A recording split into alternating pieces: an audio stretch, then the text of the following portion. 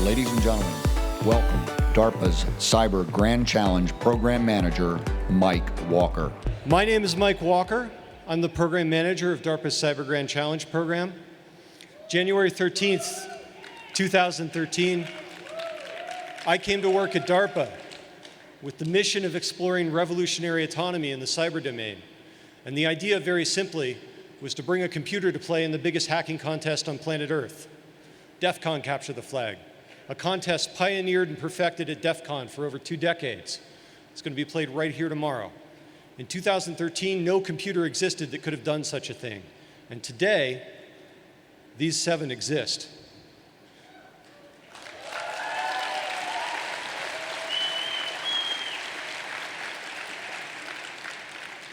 We will now broadcast the world's first all-machine hacking tournament to the world. First prize is $2 million. These machines behind me were built atop decades of program analysis science, engineered over 2 one-year stages of competition, and built by pioneers. Program analysis scientists, hackers, and engineers joining us today on your front left.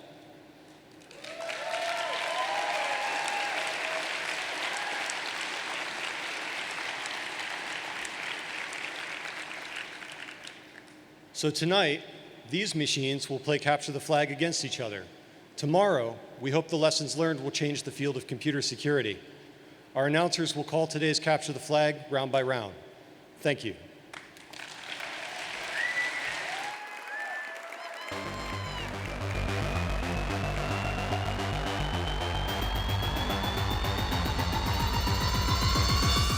Live from the Paris Hotel in Las Vegas, Nevada, it's the DARPA Cyber Grand Challenge final event.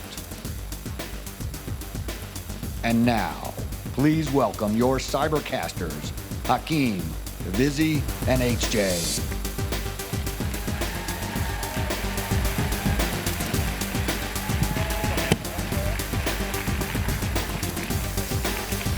All right.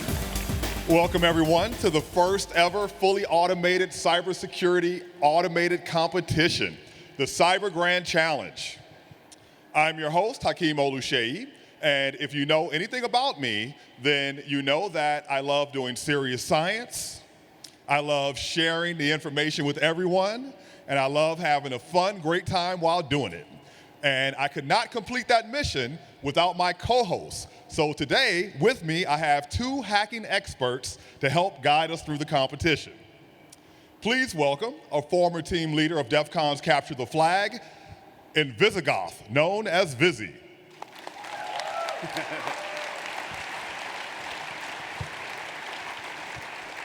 And standing next to him is a founding member of the Legitimate Business Syndicate, and he is to beards what Vizzy is to ponytails. Hawaii John, or HJ. And by the way, HJ is the Legitimate Business Syndicate is the organizer for this year's DEF CON's Capture the Flag competition. All right. So how do you guys feel being here, organizing this event? Pretty good, man. I was definitely a bit skeptical when Mike Walker told me that an astrophysicist would be our co-host, though. I don't know, man. What do you think about it? I don't know. He kind of brings a certain gravity to the situation, but I'm still kind of skeptical. Oh, my God. Oh, my God. That was groan worthy. Thank you, audience. All right. Well, these guys have business to do. So, gentlemen, take your places at the desk and in the team lounge, and I'll join you later. So now my job is to deliver some information to you. So what is the Cyber Grand Challenge? It is the world's first all-machine hacking tournament, developed under the Defense Advanced Research Projects Agency, also known as DARPA. So what we'll see here today is much more than the world's first all-machine hacking tournament.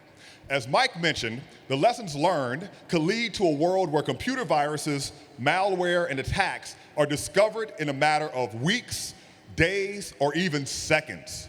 Right now, it takes security specialists an average of 312 days to discover software vulnerabilities. It can take weeks, months, or sometimes years for these vulnerabilities to be fully fixed across all exposed systems. Now that leaves plenty of time for malware makers, ransomware developers, and other bad actors to exploit the vulnerabilities and do damage. The Cyber Grand Challenge was designed to improve the current state of cybersecurity by testing the concept of automation for the discovery and repair of software flaws, a technology that does not currently exist. DARPA started the Cyber Grand Challenge in 2014 and opened up competition to all competitors. More than 100 teams took up the challenge. Through a process of qualifying rounds, we now have 7 finalists who will compete here today using automated systems designed to hunt for vulnerabilities, patch them, distribute those patches, and search for weaknesses on competitors' systems. For some of you, that process should sound familiar. The CGC is based on Capture the Flag, the hacker game played here at DEF CON and throughout the world by scientists and cybersecurity specialists. You'll hear more about Capture the Flag later from my co-hosts. But unlike other Capture the Flag events, people won't be playing the game live. Instead, the systems built by the finalists over the last 2 years will do the work in a battle of the bots. Now it's time to join the Cyber Grand Challenge and see where the world's first all-machine hacking tournament takes us. We have 7 teams competing with each other in the Cyber Grand Challenge final event this year, and we'll meet each one of them in just a minute. But first, I want to tell you what's at stake for today's teams. As Mike mentioned, the winning team will take home the top prize of $2 million. The second place team will receive $1 million, while the third place team will get $750,000. But we know what they're all really playing for, and that's bragging rights. Now let's meet the teams and the systems that they've built. These teams reflect different types of communities, from academic researchers in the field to security tech giants to veterans of the Capture the Flag circuit. Each team brings specific strengths to the event. Each has experience in designing an innovative bot that achieves the difficult task of automatically finding and fixing vulnerabilities found in software code. There's no clear best strategy going in, so the teams can explore multiple approaches, any one of which could result in important improvements in cybersecurity technology. Now, my co-host Vizzy has the honors of introducing the teams.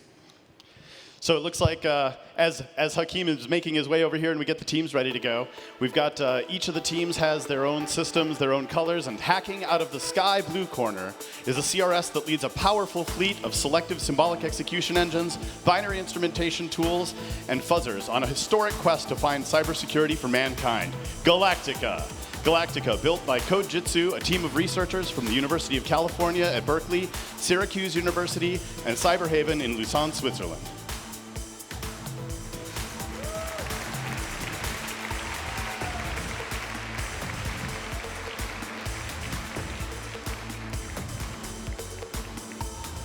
And hacking out of the yellow corner and consisting of mostly custom software, utilizing static analysis, fuzzing, and automatically generated structured test cases, that's GMA, developed by the 2-person team of CSDS.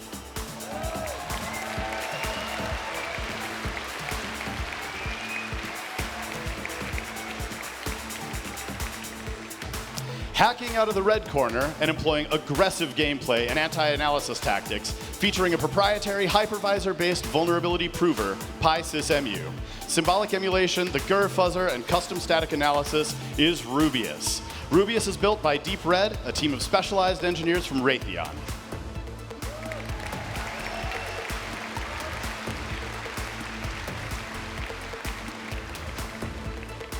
Hacking out of the green corner, it's containerized, replicated, and ready to scale, and definitely able to solve Cadet. It's Crispy.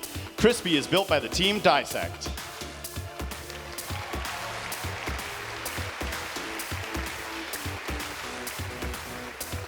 Hakeem, why don't you take it away and introduce the next few teams? Thank you, Vizzy. Hacking out of the orange corner, coming from a vulnerability discovery background where it analyzed over 30,000 Linux programs and found over 10,000 bugs and vulnerabilities. Now, with added defense and patching capability for the Cyber Grand Challenge, Mayhem.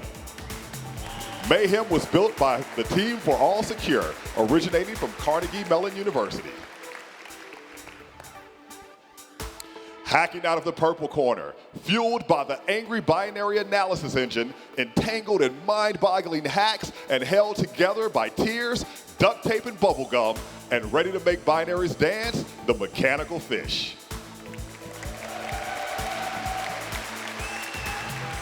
Mechanical fish, bit by the team Shellfish, a ragtag group of student hackers from UC Santa Barbara who fed exclusively on sushi for a month and never had a moment of code freeze.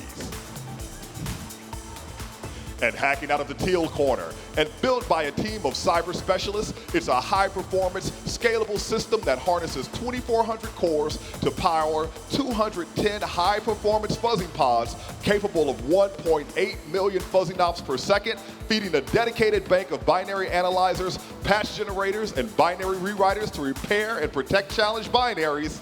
Xandra. Xandra was built by TechX, a team from Gramatech Incorporated at the University of Virginia. There is so much amazing technology on stage that it is the infrastructure of CGC. We made this video to walk you through it.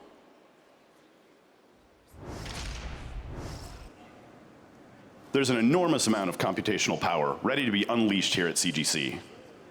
Beneath the stage are huge amounts of electricity and water needed to power and cool the supercomputers on the stage.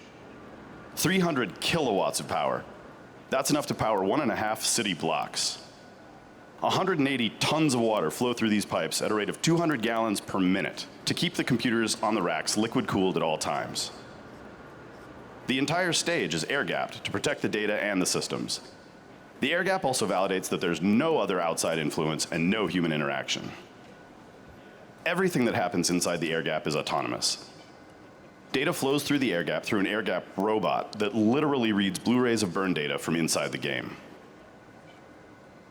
The air gap robot physically moves the Blu-ray across and outside the air gap, then drops it into a reader that goes into our scorers and visualization. At the center back of the stage is a system of computers that's a digital referee. It issues the challenge sets, communicates to the bots, and handles the scoring and systems. The only humans in the game are inside the air gap. These are our human refs. That was the design. Now we come to another important of this Cyber Grand Challenge final. While the game is being played autonomously by the bots, there are actually humans inside the air gap, and that's our team of referees. So that raises the question, if the game is being played by machines, why do we need referees? Basically, the refs are there only to make sure that the systems are doing what they're supposed to, that the hardware is functioning correctly. They have absolutely no hand in the game, no influence in the game. It's running completely autonomously. So basically, they're there as sort of a safety net for hardware failures or any kind of circumstances like that. Cool. So now, let's meet the dedicated team of referees. Would you please welcome Tim Vitus. Tim wants everyone to know that absolutely no IPv6 addresses were harmed in the creation of today's event. Chris Eagle. Chris Eagle is the only person I know who writes x86 machine code faster than he writes Python. Brian Caswell. For Kaz, it's a labor of love. He's written more DEF CON CTF challenges than anyone on the planet. Jason Wright. Jason's a former OpenBSD developer and member of the winning CTF team at DEF CON 8, Acme Pharmaceuticals, known as the Scourge of the Northwest. Mike Thompson. Uniquely qualified to ensure the game integrity via his experience developing the only Class A1 trusted computing system. Holt Sorensen. Holt is a 2-time winner, 4-time organizer of DEF CON CTF, member of School of Root, DD Tech, the Shmoo Group, making him nearly ancient in internet time. Patrick Finnegan. Patrick's built 7 world-ranked supercomputers, including the 28th fastest on the planet, making him uniquely positioned to ensure the performance of the game. Josh Bird. Josh is a fixer who's cool as a cucumber and thrives under pressure, a total jack of all CTF trades. Thank you, referees. So, Vizzy, we've already mentioned Capture the Flag, but can you tell us how this game is going to be played? Sure, absolutely. So this game is modeled after human CTFs that have been played in years previous. So in those games, it's a race to discover vulnerabilities in totally custom software that's been deployed just for those challenges, just for those gaming environments. And over the version that's going to be played by the computer systems here, we're calling those bots. So they're basically playing this similar game completely autonomously. Each team's bot controls a host that they have to defend. So they run an identical copy of each of the pieces of challenge software that we roll out. And they're responsible for being able to introspect that, discover vulnerabilities, and basically be able to both patch, defend, and prove vulnerabilities in other teams or in other bots' code. So the current game is played, the CTF at DEF CON is played by the best hackers in the world. This is being played by the first hacking machines in the world. Wow, so these machines, these bots are supercomputers. Absolutely. The bots are totally fully automated, and they're all simultaneously given all of the challenges. So basically, they are acting completely autonomously through the entire scope of the game, which is really, really unique. That's really unique, and it's new, is that right? Absolutely. All right, and these challenge sets are the software problems that the bots have to solve?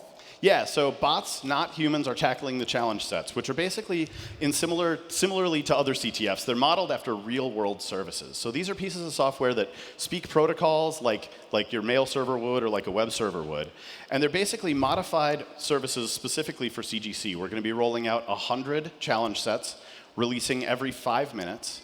So basically, as these challenge sets roll out, the bots are going to have an opportunity to try to discover vulnerabilities in them and patch their own services. So there's a few select ones, 6 challenges, that we've called Rematch challenges. Basically, these are challenges that are historically significant because they're modeled after challenges that were scourges of the internet or previously very famous vulnerabilities from years prior. And so we named them Rematch challenges because we have the opportunity to fight this battle again. So we're talking like pictures of Kim Kardashian here.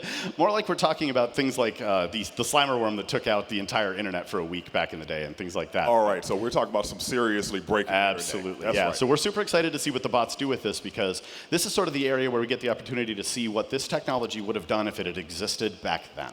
Right. Okay, and do we need to worry about what these bots do in the wild? And let's start with the computer's operating system.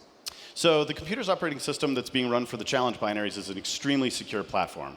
Basically, DARPA developed a custom operating system called Decree, which stands for the DARPA Experimental Cybersecurity Research and Evaluation Environment, which is a mouthful. But basically what it means is that a customized operating system that's highly instrumented and is slightly reduced in scope from the normal complexity has been developed such that the binaries that are running inside of these challenge binaries that are running inside of the game and the protocols that are being spoken by those things have no shared code with anything on the internet and don't speak anything that could actually communicate correctly with anything on the internet. Oh. So basically, it's an open source operating system extension that then we use to monitor what's going on inside and is extremely instrumented so that we get a massive amount of data about what's going on inside the programs that are running. Okay, so it's secure, and even better, they don't have human voices because intelligent machines with human voices tend to take over the universe, right? But, right. So how do these bots interface with the challenge sets? Sure, absolutely. So the bots have to learn via program analysis. They have to actually either generate inputs fairly randomly or guided with fuzzing, or do something like symbolic analysis to determine the actual data structures necessary to speak these protocols. So not only are they trying to find the bug, but they have to be able to produce the inputs that would reach that bug. So basically, over the course of reverse engineering these things in an automated fashion, right, they actually have to learn to speak the language or protocol of the individual challenges. Each one is different. I see. So we wouldn't want to, as these services are rolled out, they have to speak to them similarly to how real production services would be in the wild. So the protocol is a language, and the services basically have to continue to speak that language correctly, and they also have to do it quickly enough. So just like services on the internet, right, you could patch things to a point where they don't perform correctly, right? And it would disrupt your mission-critical Facebooking. Okay. So, Vizzy, what does it take to win the Cyber Grand Challenge? Sure. There are basically, like we talked about, 3 primary tasks that you need to carry out to win, right? In the discovery of a vulnerability, you're going to need to actually defend against that vulnerability, ideally rolling out patches, which might actually be highly targeted or might be sort of general binary hardening techniques. You're also going to need to maintain the availability of your services. So like we said, they have to perform and they have to function correctly. And then the third thing that they're doing is basically proving that those vulnerabilities are present in the other team's software. So they have to generate inputs that will exercise parts of that vulnerability to prove that they have found it. So let's take a look at the scoring components a little bit more closely. Specifically, security is basically the bot's ability to defend its own service from other people proving that it's vulnerable. They patch binaries to prevent that. They also can deploy IDS rules. So the bots are capable of using that protocol data that they've learned to formulate rules about what content is correct and deny content, deny connections that are trying to input data that they think would be harmful. So in addition, patching incurs downtime, just like in the real world when you want to roll a maintenance update out into production systems. You basically end up incurring a cost. And so in this game, that cost has been modeled as a downtime when you roll out either a patched binary or a new IDS rule. So your security score is basically 1 or 2 points per challenge set per round. 1, basically, if you've actually had a vulnerability proven against you, and 2, if you've managed to maintain your security. So your max score per challenge set per round is actually 2 times 100, so basically 200 points per challenge per round in security. So moving on, evaluation is the proving of vulnerabilities against other bots. So there's a concept that we call a POV. And a POV is a proof of vulnerability, which basically shows that you can give input to that system that will demonstrate sufficient control over the system, but not having to actually carry out an exploit. So this is a really new metric, actually. This is something that's been invented for CGC, but I actually kind of hope to see pervade the community, because traditionally, to show whether or not something is vulnerable, a researcher has had to actually implement an entire exploit to prove that, right? So in our POVs, we effectively create a situation where showing sufficient control over, for example, program execution flow, or being able to read arbitrary memory from the program, right? If those two situations exist, there's a good chance that it's exploitable, right? It's not going to be true in every case, but it creates a metric.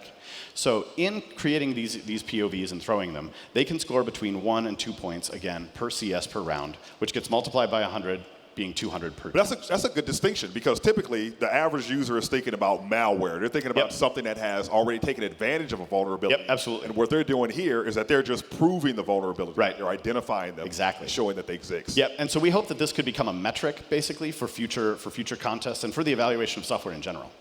Wonderful. So third on the list of components in the overall scoring is availability. The patches have to function normally. We all know that you could disable all functionality and software would be perfectly secure, right? But the digital refs are polling, the digital refs being our scoring system, are polling these services to make sure that they're still functioning correctly and that they're performant. So the teams have a very slim margin by which they can disrupt the performance of these applications before they'll start losing availability points. The availability score is between 0 and 1 point per round. And availability ends up being a percentage multiplier. So anyone who's familiar with some of the CTF, the human CTFs of years prior, availability is a really important element because it ends up being a multiplier that could cause you to get no credit for all your other work if your services aren't available. This is something that's really important in the real world, right? Because if a particular bank, for example, finds that their ATMs have a vulnerability, in order to fix it, they have to take all their ATMs Potentially, offline. yep, at least for a time window, yep, absolutely. Exactly. So being available is important. So how is the total score calculated? Yep, so successively over the rounds, those scores for all of those individual challenge sets are totaled, and that's basically a team's score. All right. So at the end of the day, these bots are autonomously making decisions regarding the best strategy to pursue, factoring in trade-offs among security, evaluation, and availability. So they're making these decisions all on their own. If that's true, that's a game changer. Absolutely. Autonomous reasoning about vulnerabilities and being able to actually take action on those things that have been reasoned would be a major, major breakthrough. And so CGC is here basically as a catalyst to try and spur industry and to try and spur on and inspire people to carry this research further. Cool. Thanks for that explanation, Vizzy. And tonight, we're going to have unofficial results. Verification of the various bot scores will run overnight to determine the official winner, which will be announced tomorrow morning at the opening of the DEF CON conference. Everything you might want to know about the Cyber Grand Challenge and its challenge sets is used today or is available online. You can download the Cyber Grand Challenge sets and the results from today's final event at this URL. The URL is www.cybergrandchallenge.com. So, these machines started playing this morning, and they're playing right now. So, what happened in the very first rounds? So let's go down to the lounge where HJ is standing by with all the participants. HJ, how's it going? It's going fantastic. Rubius, we all saw that for a single challenge binary, your CRS developed 4 different POVs. It sent 3 to 3 different teams and 1 POV to the other 3 teams. What strategy is this that you employed? So when we detect that a crash occurs, we will take that input that developed to that crash, and we will try to figure out what amount of control that we have over it. So all depending on the type of control that we have, we'll generate a variety of different potential POVs for them. And then each one we evaluate to see the quality of the POV. So all depending on what service the competitor has fielded at that point, we'll evaluate it to determine what's the best of the POVs candidates that we have selected that is appropriate for that particular service. So all depending on what the competition, the field, looks like, we'll rank the most appropriate one to field to send out for them. That's incredibly interesting. Nice. So we also have with us the team captain from Mayhem to talk about the scores from round 3. At this point, after round 3, Mayhem is in the lead. So is this something you expected, or what do you think? I was certainly hoping that we would be in the lead. We have a system that's able to find POV very quickly, and we make sure the pipeline for finding a crash to generating a POV is as fast as it can be. Excellent. Thank you. I appreciate it. So it sounds like things are heating up down here. Back to you, Hakeem. Showing us some of the results from round 3, HJ. Vizzy, why did HJ address round 3 and not round 1? That's a great question, Hakeem.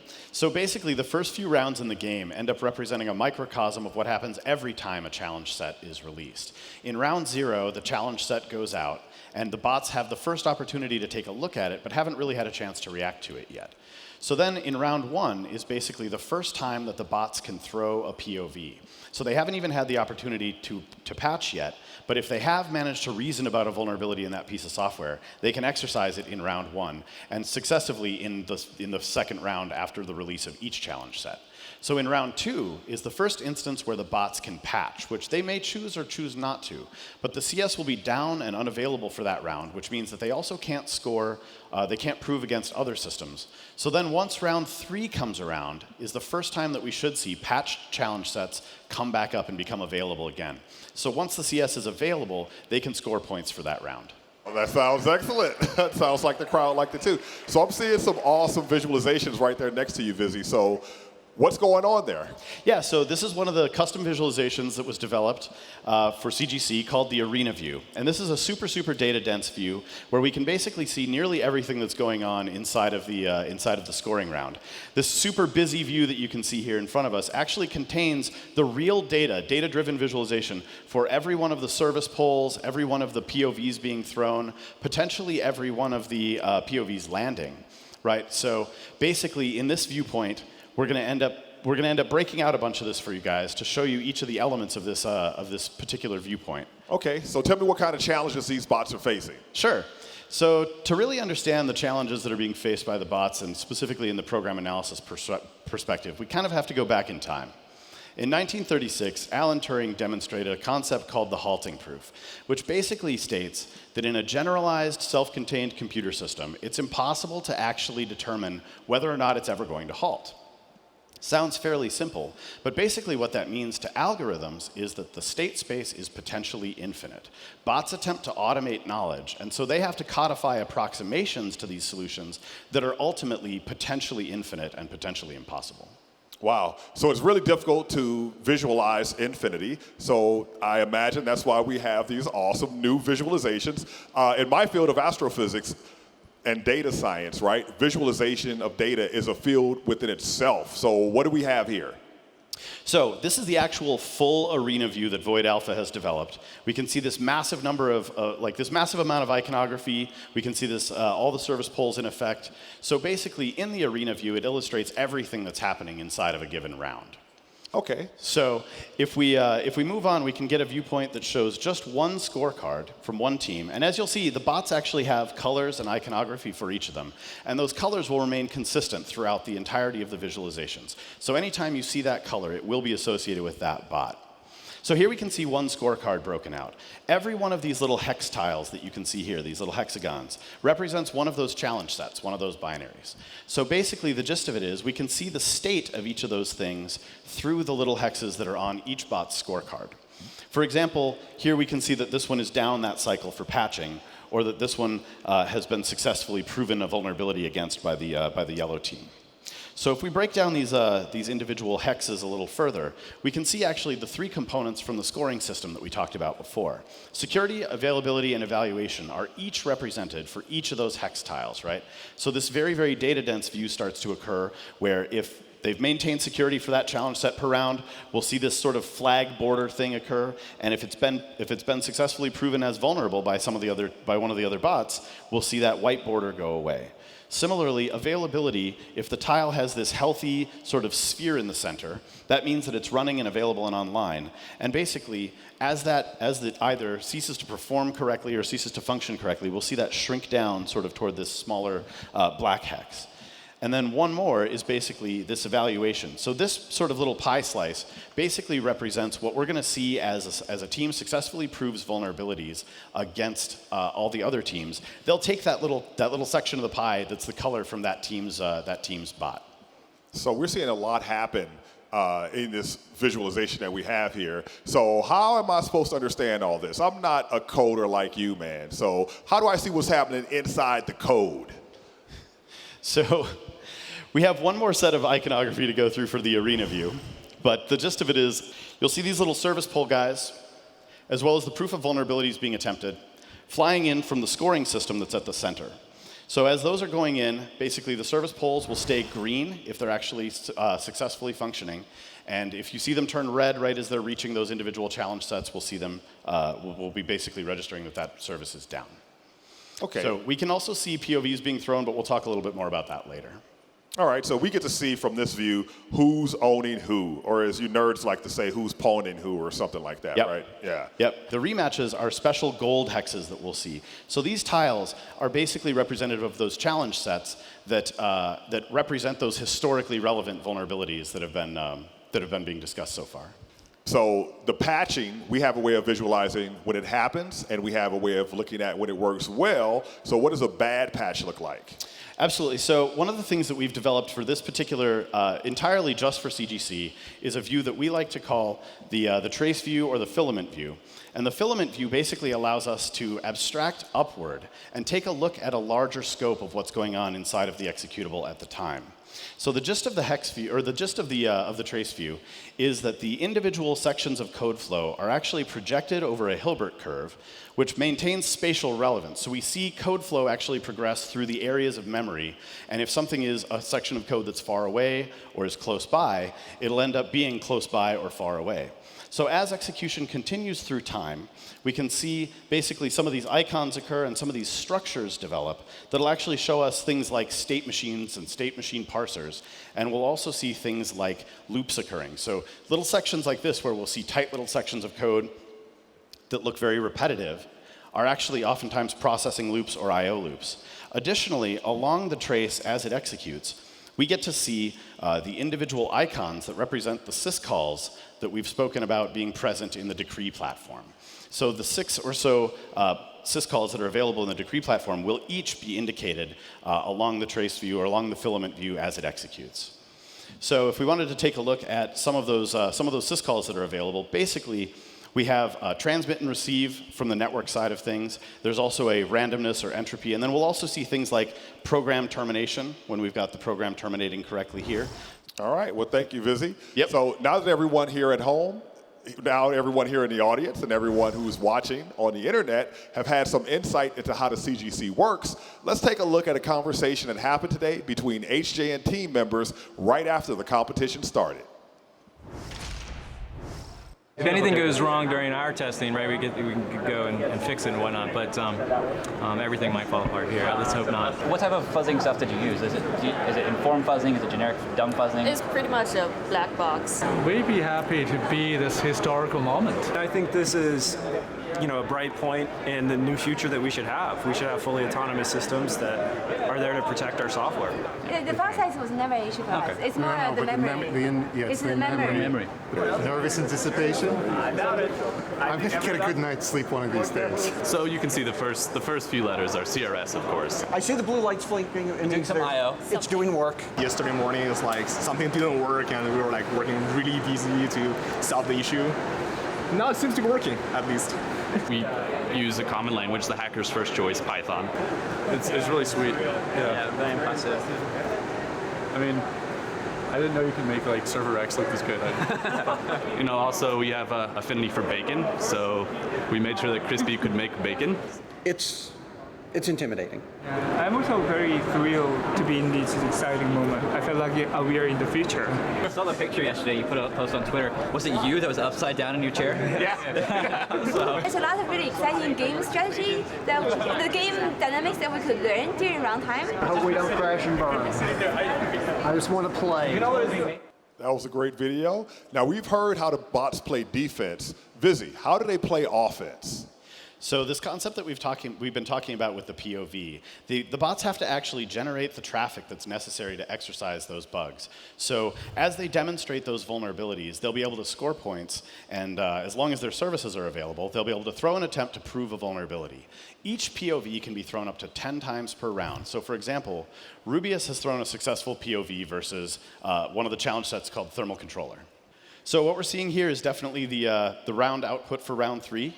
So as you can see in the very, very busy view, we've got several teams that are down for patching in round 3, but we've also got several teams that have successfully thrown a POV. We can see, for example, Xandra right here, and several of the others. Anywhere we see these little pie slices coming in, have successfully thrown POVs and evaluated against the other teams, as well as the patches being deployed, for example, here, with the little gear icons showing those services being down. All right, so walk us through what a good POV looks like in filament view. Sure, absolutely. So in this instance, we'll have 2 filaments, and they basically begin with the same trace data. So the traces will show, ultimately, that the data that's being ingested by them for the binaries is what actually causes the code to go in different directions. We see actually 2 binaries having data being ingested right now, where it's basically the same binary receiving a POV, one POV from one of the teams as well as from another. And in the overlap, we can basically see that the code flow diverges very, very late on about here. And we end up being able to see it's actually managed to execute and terminate correctly. This one is successful. So we see him actually gather the data and transmit it out the network. So that's what this icon means right here in the trace view. And then we see it execute and terminate correctly. Versus a failed POV, which is basically the other one, which we see just executing correctly and terminating, rather than actually transmitting any flag data back. Understood. So you can have an attempt to patch that is successful or unsuccessful. You can have a POV that's successful or unsuccessful. So in the example of the failed POV, actually, it looks like they may have actually been fuzzing rather than trying to use sort of a scalpel-like approach to exercise the vulnerability. And so they may have been doing that. We have to sort of interpret and guess what the team's strategy is in doing something like that. But it could be that they're trying to give unknown inputs to try and utilize the system to analyze, force that other bot to do all that extra analysis work. Understood. So what does all of this mean for the competition then? Yeah, so basically, the competition is going to progress as these challenge sets roll out, and we will be able to break out and show you some of the POVs and some of the code divergence that occurs over the course of the successive rounds. All right, so let's take a look at the round 4 scoreboard. Who is ahead? It looks like we have Rubius in first place with 12,000 points. And we can see, actually, it's still a very, very close game. We've got Mayhem and Jima and on down. But basically, it looks like everybody is at least performing correctly. We can see through the right-hand side, if you look down over here, those same colored areas that we spoke about that basically represent the availability, security, and evaluation of each of those bots is basically showing that all of them are doing quite well. There's a little bit of availability problem potentially on Xandra's side because that's represented by the green line. The red line represents each of those bots' evaluation points and how well they're scoring in that. And the blue line represents security. So that's one of those things where we'll inevitably see availability become a very important element of the scoring. So Mayhem, in this next scoreboard 7, we will actually see Mayhem overtake Rubius to take first place. And it looks like, again, it's still a very close game, but it may actually be Mayhem's security approach that's allowing them to take the lead at this point. All right, so Mayhem and Rubius are battling for the lead, and it looks like Jima's right behind them. Absolutely. So let's look at the round 10. Let's see what's going on. Let's progress the game. this is round 10, so we see all these arrows coming in, and we see people taking stuff from others. It's just a lot happening. But we know that our leader is? Mayhem. Mayhem. Yeah. Yeah, well, with a name like Mayhem, they would have to, yeah, absolutely. You better do well. So from rounds 0 to 10, our bot leader is Mayhem. They passed Rubius. So HJ, what do their teams have to say about this change of events? Actually, I have with me here the team leaders for Rubius and Mayhem. So we just saw in round 10 that Mayhem overtook Rubius for the lead. What do you think? Well, I think this is a very exciting competition. So it's a little nerve-wracking, but I'm glad that it's closely contested. And it's only, what was that, round 10. 10. I think it's round 10 out of about 90 or so. So we're only one ninth out of the way. So, do you think you'll be able to keep the lead? Well, I hope we stay competitive. It's a long competition. Yeah.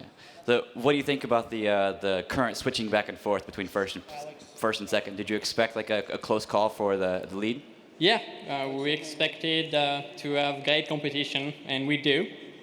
We hope that we'll keep, working well like that. Yeah. Thank you both. So that's what's going on down here at Keem. Back to you. All right, and thank you, team members.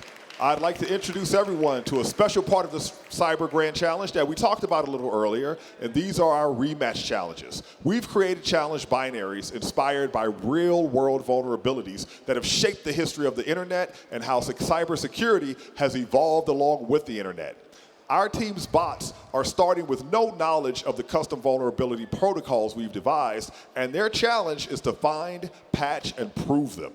The team systems have learned to speak languages they knew nothing about, and the language we have chosen for our special challenge represents unique chapters in cybersecurity. Let's start by taking a look at 2 of these rematch challenges. Our first rematch challenge is called Secure Server, and it was inspired by Heartbleed. Absolutely. It's a memory disclosure bug in OpenSSL, and at the time of the discovery, Heartbleed became prominent, generating a lot of media coverage and breaking through to mainstream public awareness. OpenSSL, we talked about before, is a software library used for securing communications from eavesdropping. The discovery of Heartbleed called into question the security and privacy of an estimated 66% of encrypted web services. This was a different type of vulnerability because it was very simple and did not depend on the execution of code. We turn to Debbie Nuttall to tell us more about these particular bugs. An extension was written in OpenSSL to allow computers to say, hey, are you still there? So we know the server is still up, the connection is still there. So a client can send a packet to the server. The server just repeats that data back to the client. Yes, I'm still here, here's your data. Well, there's a length field that comes at the beginning of that data. So the client says, I'm gonna send you 10 bytes, here's your 10 bytes. They go to the server. The server says, oh, you sent me 10 bytes, here's your 10 bytes. There was a vulnerability, an error in the way that was written. So a client could send a packet that said, hey, give me 400 bytes, but it only had 10 bytes on it. The packet comes in, the server goes, oh, you said you sent me 400 bytes? Here's 400 bytes. Here's the 10 you gave me, and then here's 390 bytes of secrets. And it sent that packet back. That was Debbie's commentary on the implementation of something that was basically modeled after the Heartbleed vulnerability. And the Heartbleed vulnerability was unique because it was a memory disclosure only bug that still had dramatic ramifications. So in the instances where you're looking for crashes to find bugs, if something's doing memory disclosure, it may actually not crash, and so that can occasionally make those vulnerabilities more difficult to find.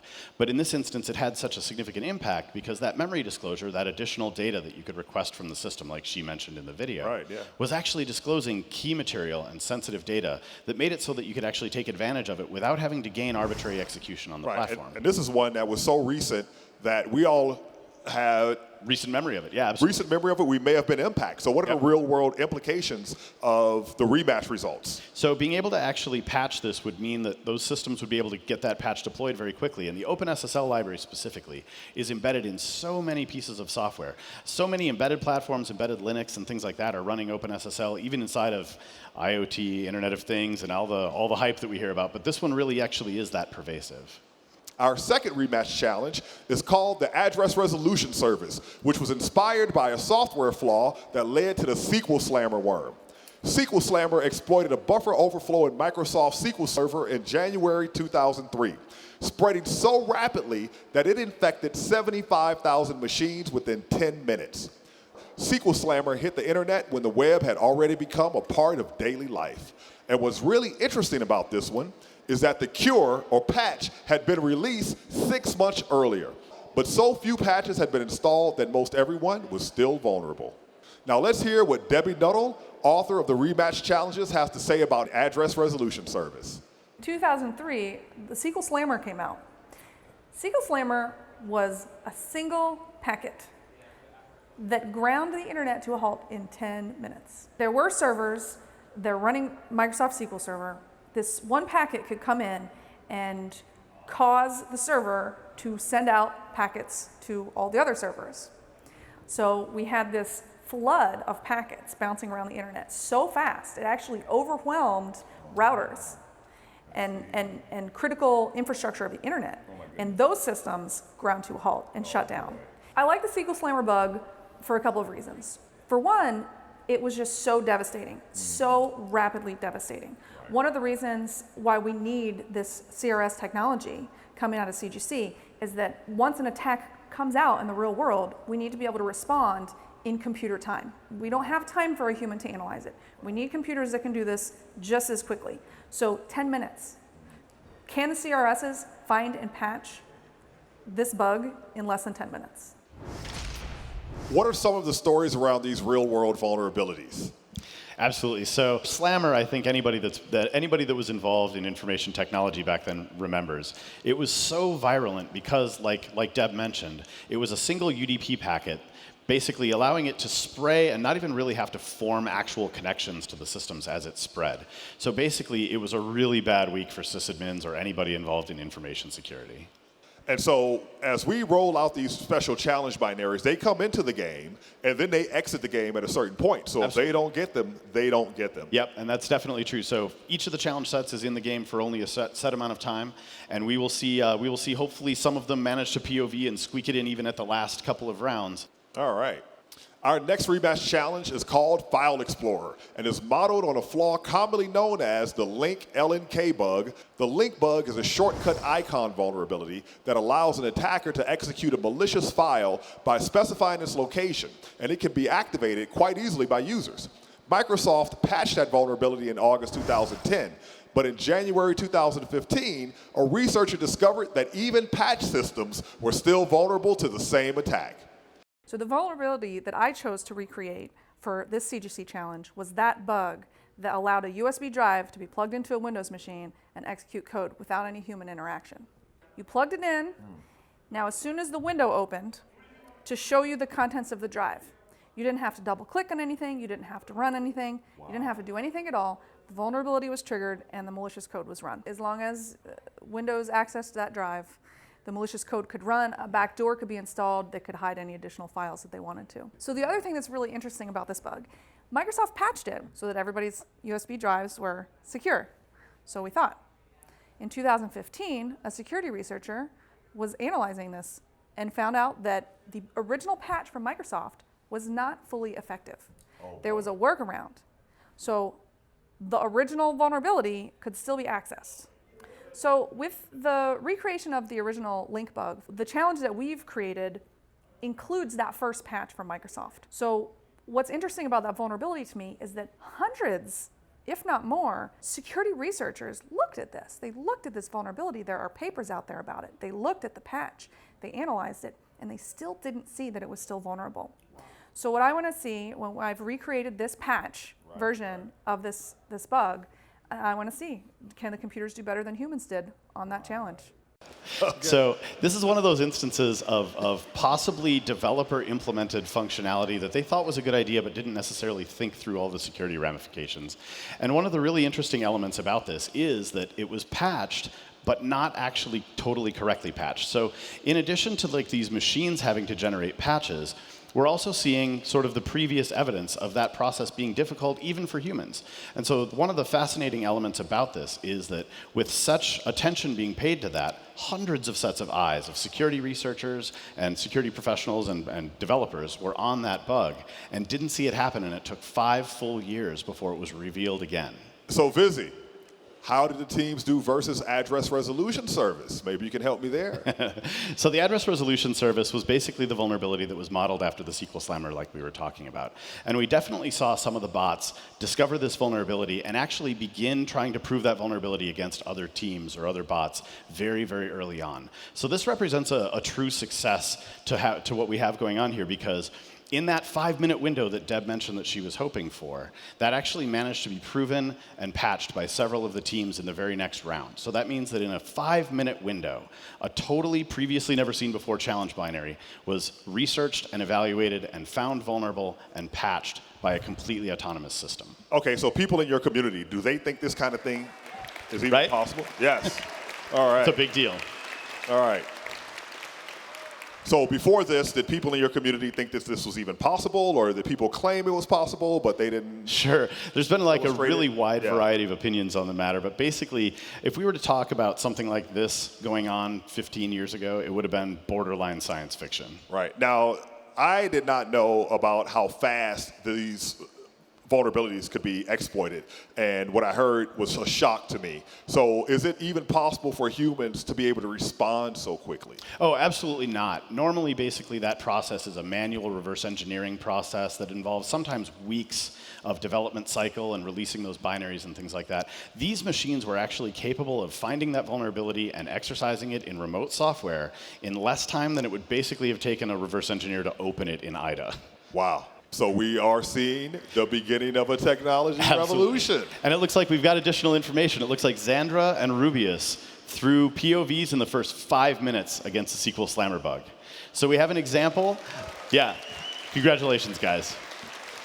So we have an example of a patched versus an unpatched team card. And we can see the patching going on here, which in this particular case shows that this individual service here is down for patching, and we can see that the service polls are failing because that's unavailable for that round. And so that basically is showing us that Mayhem in round 6 decided to patch. By the 5th round, actually, almost every team had patched this vuln. So what that means is that either via specific awareness of that vulnerability or via general purpose hardening, every team except one managed to protect against that vulnerability by the 5th round. Awesome. I actually have here with me the team captains for Xandra and Rubius. So Rubius, you were actually one of the first teams, both of you, to successfully patch the SQL Slammer bug. Was there anything in particular that your CRS, do you believe, was capable of doing this? So we are employing a variety of static analysis and dynamic analysis techniques that are fast. So if we can identify statically that a flaw exists, we'll immediately release a patch for it. Additionally, too, if we can find network traffic that we expose the vulnerability based on the form of attack, we can automatically patch it. So I believe that those two combined factors probably led us to patch quickly. And so just to be clear, the SQL Slammer bug was a stack-based buffer overflow. Is there anything that your CRS does in particular about stack stuff to protect against this? We do have protections that are based on discovering the actual vulnerability and trying to learn invariants that describe what differs the exploit traffic and inputs from normal traffics, and then apply a specific point patch. It's impossible to know for me right now. Like the other teams, I think we're using a combination of techniques, or don't rely on any one thing, and which particular protection worked in this case, I'll have to look at the data later. So Xandra is actually the first team to patch Heartbleed. I believe the first and only team to successfully patch against Heartbleed.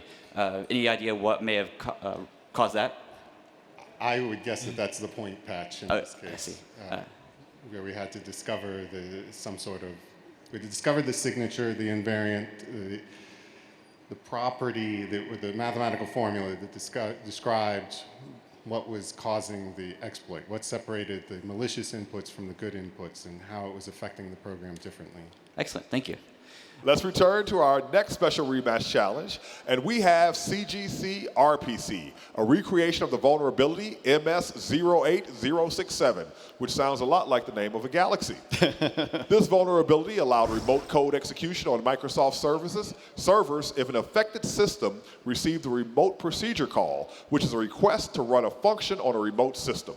This flaw laid the groundwork for creating a robust, stable exploit. Microsoft patched this flaw, but once again, the patch was not widely deployed. Okay, and how did the Cyber Grand Challenge teams deal with CGC RPC?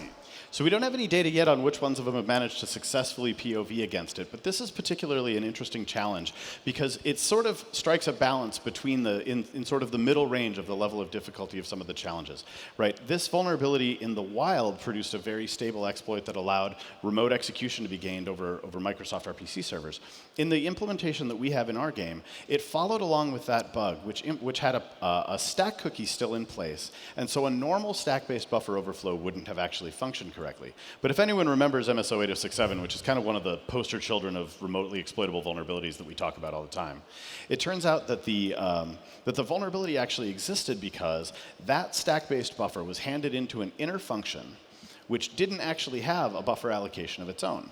And most compilers, if there's no buffer, there's no local buffer within that function's boundaries, it actually won't bother with a stack cookie because there's very little risk of a stack overflow when you don't actually have a buffer to overflow.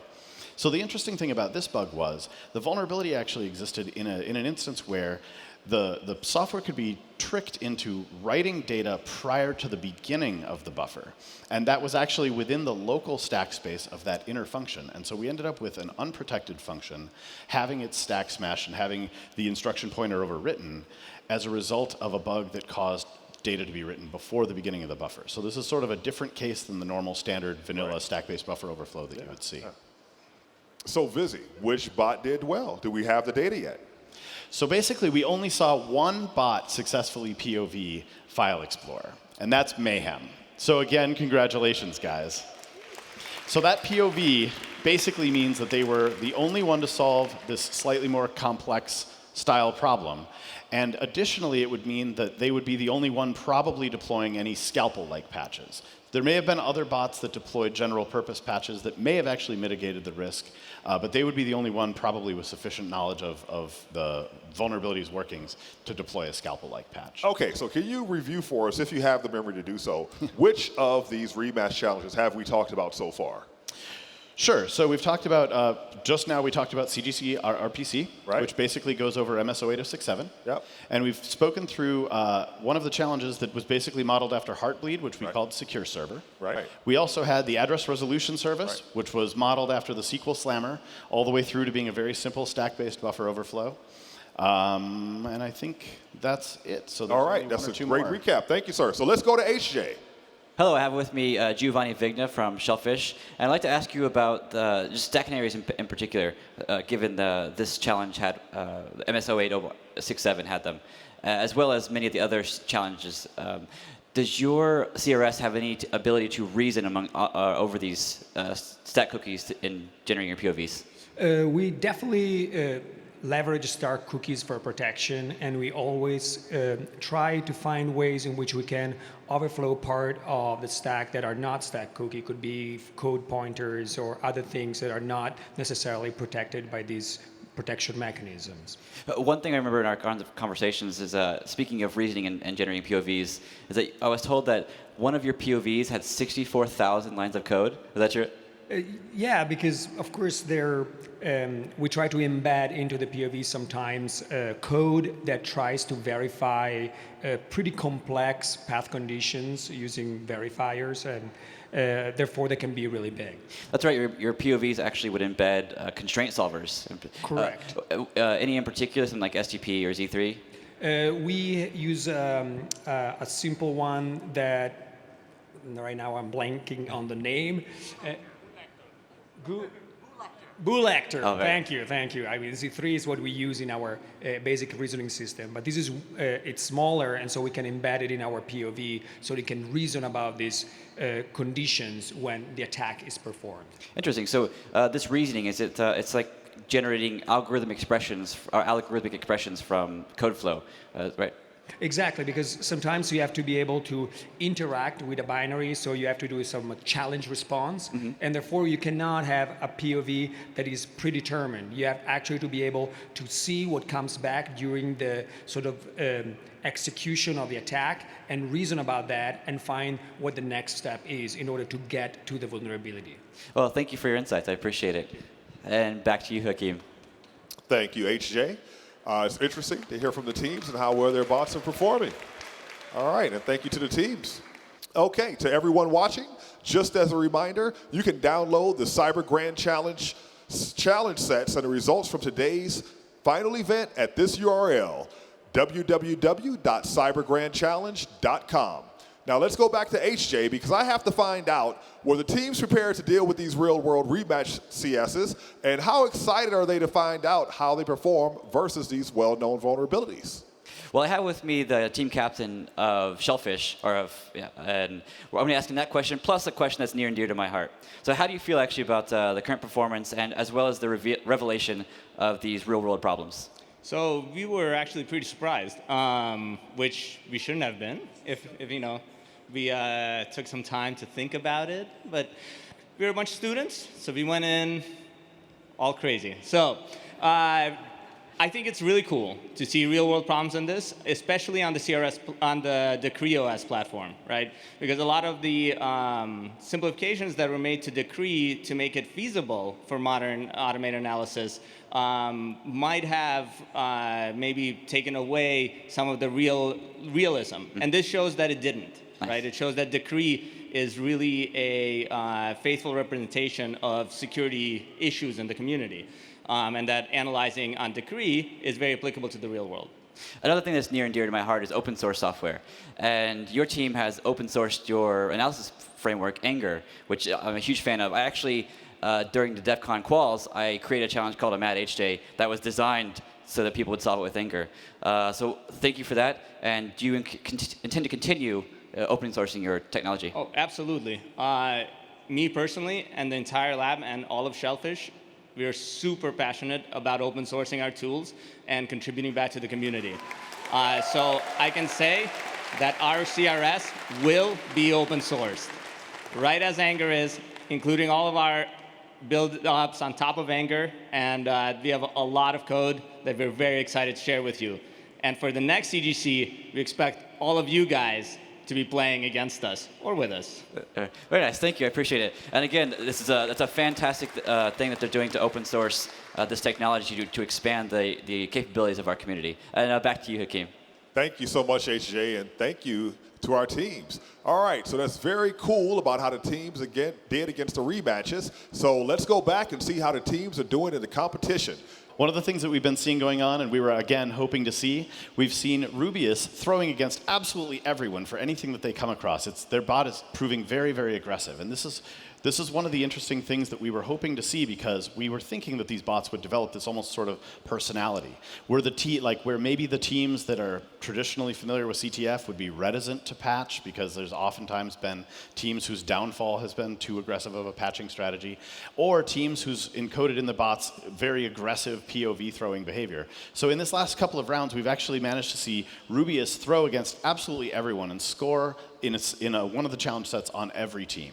So Rubius throws, so when we're looking at this particular view, when a particular team is throwing, then that means that arrow is that color, the color of the team's card? Yep, that's the color of the team that's throwing. So one of the other things that we see going on here is actually that several of the teams are waiting to deploy their patches until they actually observe a POV being exercised by one of the other bots. So this is sort of that patching strategy perspective where, for example, Xandra and Mechafish are both holding back on patching so that they don't incur that downtime until they believe they've seen someone else exercising the POV. And we see here with Rubius, right? So Rubius has all these colors filled in, so this is everyone they pwn. Absolutely, absolutely. All right. But then again, this is only for one binary. Yeah, so that actually only represents one of each of the challenge sets that are out. And in addition, we don't know in the next round or two whether or not the other teams, having observed all of this activity go on, will manage to discover and deploy patches for that as a result of all of that activity.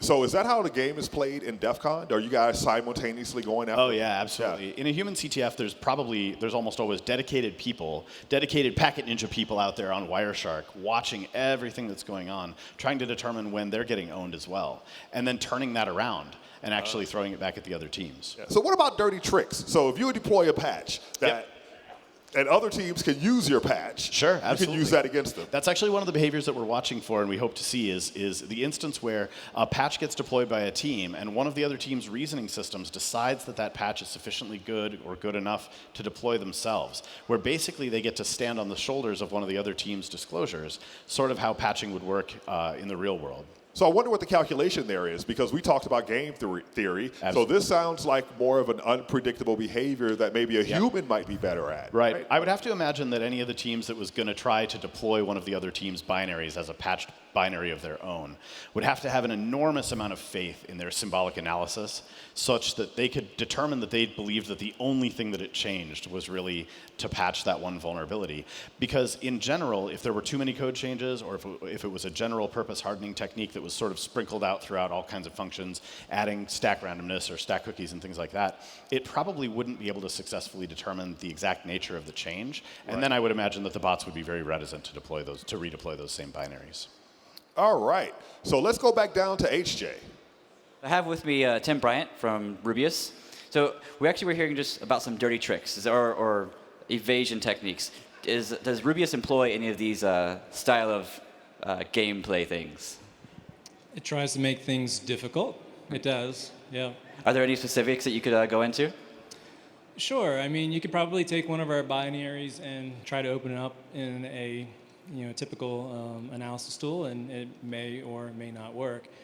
Nice. And if you want to run it, you probably ought to run it in an environment that looks an awful lot like the official system. Very nice. So you may have some QEMU bugs in there. No, not so much. Oh, okay. But it should only run where it's supposed to be running.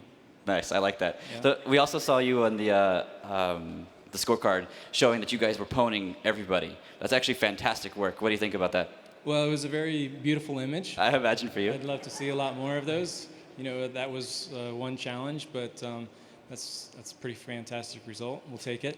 So they also spoke about different patching techniques. Do you just patch immediately, or do you wait for some type of signal that you've been exploited? We do two things. One thing that we do is we analyze the binaries ourselves, and if we think that they're easy, we go ahead and patch them preemptively. If we find the vulnerability quickly, we give the benefit of the doubt to the other teams. We expect that they're going to find it relatively quickly too, so we go ahead and patch. On the other hand, we do patch reactively, but if we don't find it quickly, then we wait. We wait to see if somebody actually can find it. Oh, that actually sounds like a great strategy to make sure you don't lose those availability points. That's right. All right. Well, thank you for that. I appreciate it. All right.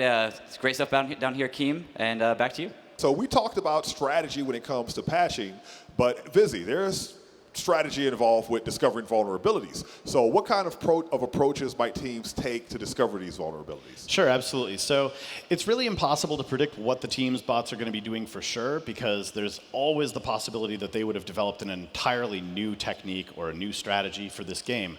But there are a number of sort of known approaches to these types of problems. Static and dynamic binary analysis, fuzzing, and symbolic execution are some types of program analysis and input checking and validation that would be done that they're probably leveraging simultaneously, ideally. So in the case where they want to more properly guide their fuzzing iterations, something like a symbolic analysis framework would allow them to know what the values of certain fields within that protocol should be in order to reach certain pieces of code.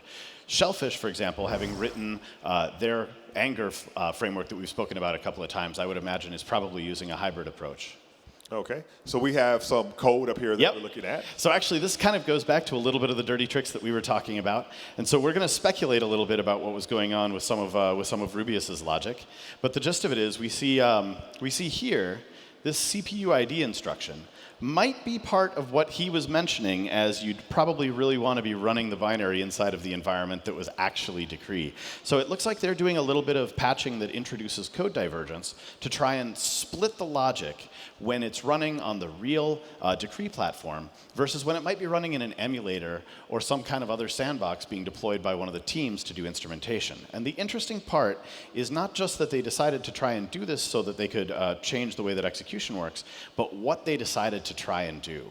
As near as we've been able to tell so far, what they've decided to do is actually introduce fake vulnerabilities into the impossible code paths that would only ever occur if you were running it in a sandbox other than decree. And so basically what they've done is created all this extra analysis work, and it may even be that some of those analysis platforms would think they've found a vulnerability and attempt to be POVing against that vulnerability when really that code was not actually reachable. Because it was because it was reached only inside of that sandbox rather than inside of decree. Very cool work, guys. Very cool. Yeah. So we saw a lot of interesting actions in round 20 with some predictable outcomes and some surprises. Share your thoughts about what happened, sir. I'm really, really glad to see basically every one of the teams managing to get some POVs out there. It's basically showing that the idea of this reasoning system is definitely working, because you can't actually POV without at least some knowledge of the workings of that vulnerability. It's not like the general purpose patching techniques where there could be zero knowledge success, right? In a POV case, it definitely has to have understood the protocol. It definitely has to have decided what was necessary in order to exercise that vulnerability. So the thing that I'm really happy to see is that basically everyone has come to the table with something capable of that. Wonderful. And we've seen a couple of breakthroughs, right? So we've seen the breakthrough in speed. Absolutely. Right? We've seen the rematch challenges owned this time around. Absolutely. Yeah, so what might I have missed? So we have a new data update actually that shows that Xandra discovered a POV in one of the Xandra managed to discover and prove a vulnerability in one of the services that we call OpSim. But this is a unique situation, and it's something we were kind of hoping to see. They actually managed to discover an unintended vulnerability. So each of these services that's written, just like real-world software, it's impossible for us to have made absolutely certain that the one vulnerability that we intended is the only one that's present. So the interesting part here is additionally that Xandra had discovered this new POV, exercised it against something that we hadn't actually even intended, and then Jima observed this occurring and successfully defended against it. So these are all results that we hadn't possibly had any ability to predict whatsoever. Wow. So Xandra POV succeeded against the reference binary, but not against Jima's patched binary. Wow, and let's keep in mind what we're saying here. We're not talking about teams of human beings that are finding these things. These are the bots automatically just autonomously doing this on their own. Absolutely, and one of the things that we'd really hope to see is some of this sort of game strategy thing as well, where the individual bots would be able to defend against things as a result of seeing a POV launched at them. So we've been watching out for a lot of these sort of game theory things, because in a traditional CTF, the team that wins is not always the team with the most perfect technical execution, but it's the team with an excellent technical execution that also plays the game. Right. So there's a lot of that sort of question as to how much strategy, how much gameplay, and how much of the traditional dirty tricks department that goes on in a CTF that's humans have the teams decided to try and encode within their bots. Yeah, one of the surprises to me that I find just awesome is the fact that this game strategy, we're talking about actual mathematical proofs and computations here. Absolutely. Yeah, so This is real stuff. All right, HJ. Do you happen to have the team we're talking about with you down there? What are they thinking about what we just heard regarding what their bot has been up to? So Jima was actually successfully able to patch a bug that we didn't even know existed in the software. But what kind of general purpose or even specifics patches does Jima implement that could do this? So that was probably one of our general purpose patches. We looked at areas of code where we know there are common vulnerabilities, and we just deliberately inserted conservatively the patches for those areas. What type of, do you use signatures, like IDA's flirt signatures, to determine what functions commonly cause vulnerabilities? Well, so in this case, for example, if it was a buffer overflow, we basically threw in a stack canary. Oh, nice. So how do you actually generate your stack canaries? So our stack canaries are a random value we generate each time the binaries run, and we put it on the stack, and then we also combine it with the return address so that we have a checksum to make sure they didn't overflow the canary or bypass the canary and just overflow the return address. I guess for those who don't know, what is a stack canary? Can you explain it? So stack canary is a special value put on the runtime stack so that if there's an overflow that overflows data onto the stack and is supposed to overflow a return address, it hits the canary. I see. Like the canary in the coal mine. And it causes the canary to change its value or basically die. And so we were able to catch that. So it overwrites this canary thing value, and you're able to test and determine that this value has changed. Correct. Okay, excellent. Thank you. That's fantastic. We've got some data coming in from round 30. Mayhem has the lead. Xandra in second, and Mechafish in third. All right.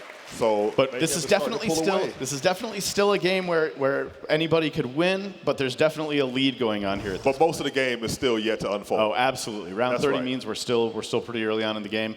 That definitely is not an unescapable lead. So if we cut to the arena view, we can see actually that several of the teams are even still down for patching this round. We can see, for example, Galactica and Rubius here, for example, are actually in the process of, Crispy as well, are actually in the process of deploying patches even up here in round 30. So even though a challenge set may not have actually been released this round, it may have taken some of their analysis platforms that extra bit of time to discover the vulnerability or decide how to patch it correctly.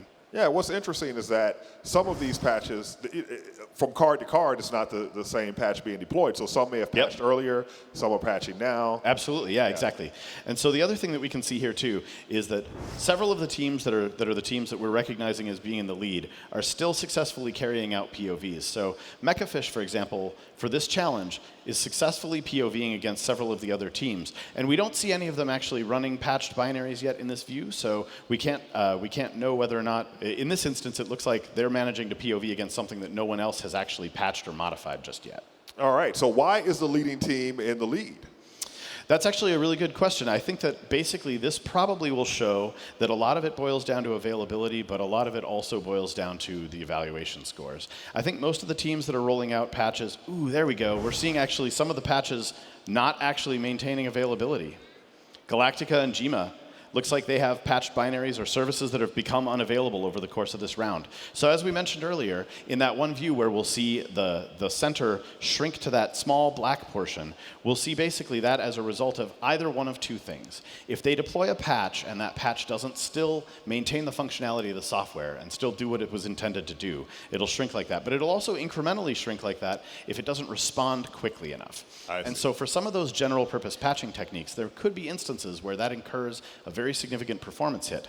So we're seeing basically several of the teams have difficulty maintaining availability, and some of this even small degradation to performance that we can see here in the slightly smaller, darker gray tiles that Jima and some of the other, and Crispy have, for example. So in a way, their patch may have made things worse. So it may yield the software unfunctioning, or it'll just function too slowly. Yeah, exactly. And so that's basically the two-part threshold. And so basically, a service on the internet really isn't up if it's functioning correctly, but it can't respond in a reasonable amount of time. And so that was used to model basically what's going on in the real world when you're maintaining sort of the production trade-off between security and performance. That's right. I remember the good old days of the internet, where you'd sit there and wait for your page to load. Yep, absolutely. Yes, I guess that was really the bad old days. So we can see here actually from the scoreboard view at the end, where basically once it's actually managed to tally all those things, we can see that Mechafish, for example, is scoring very, very well in evaluation and very well in security,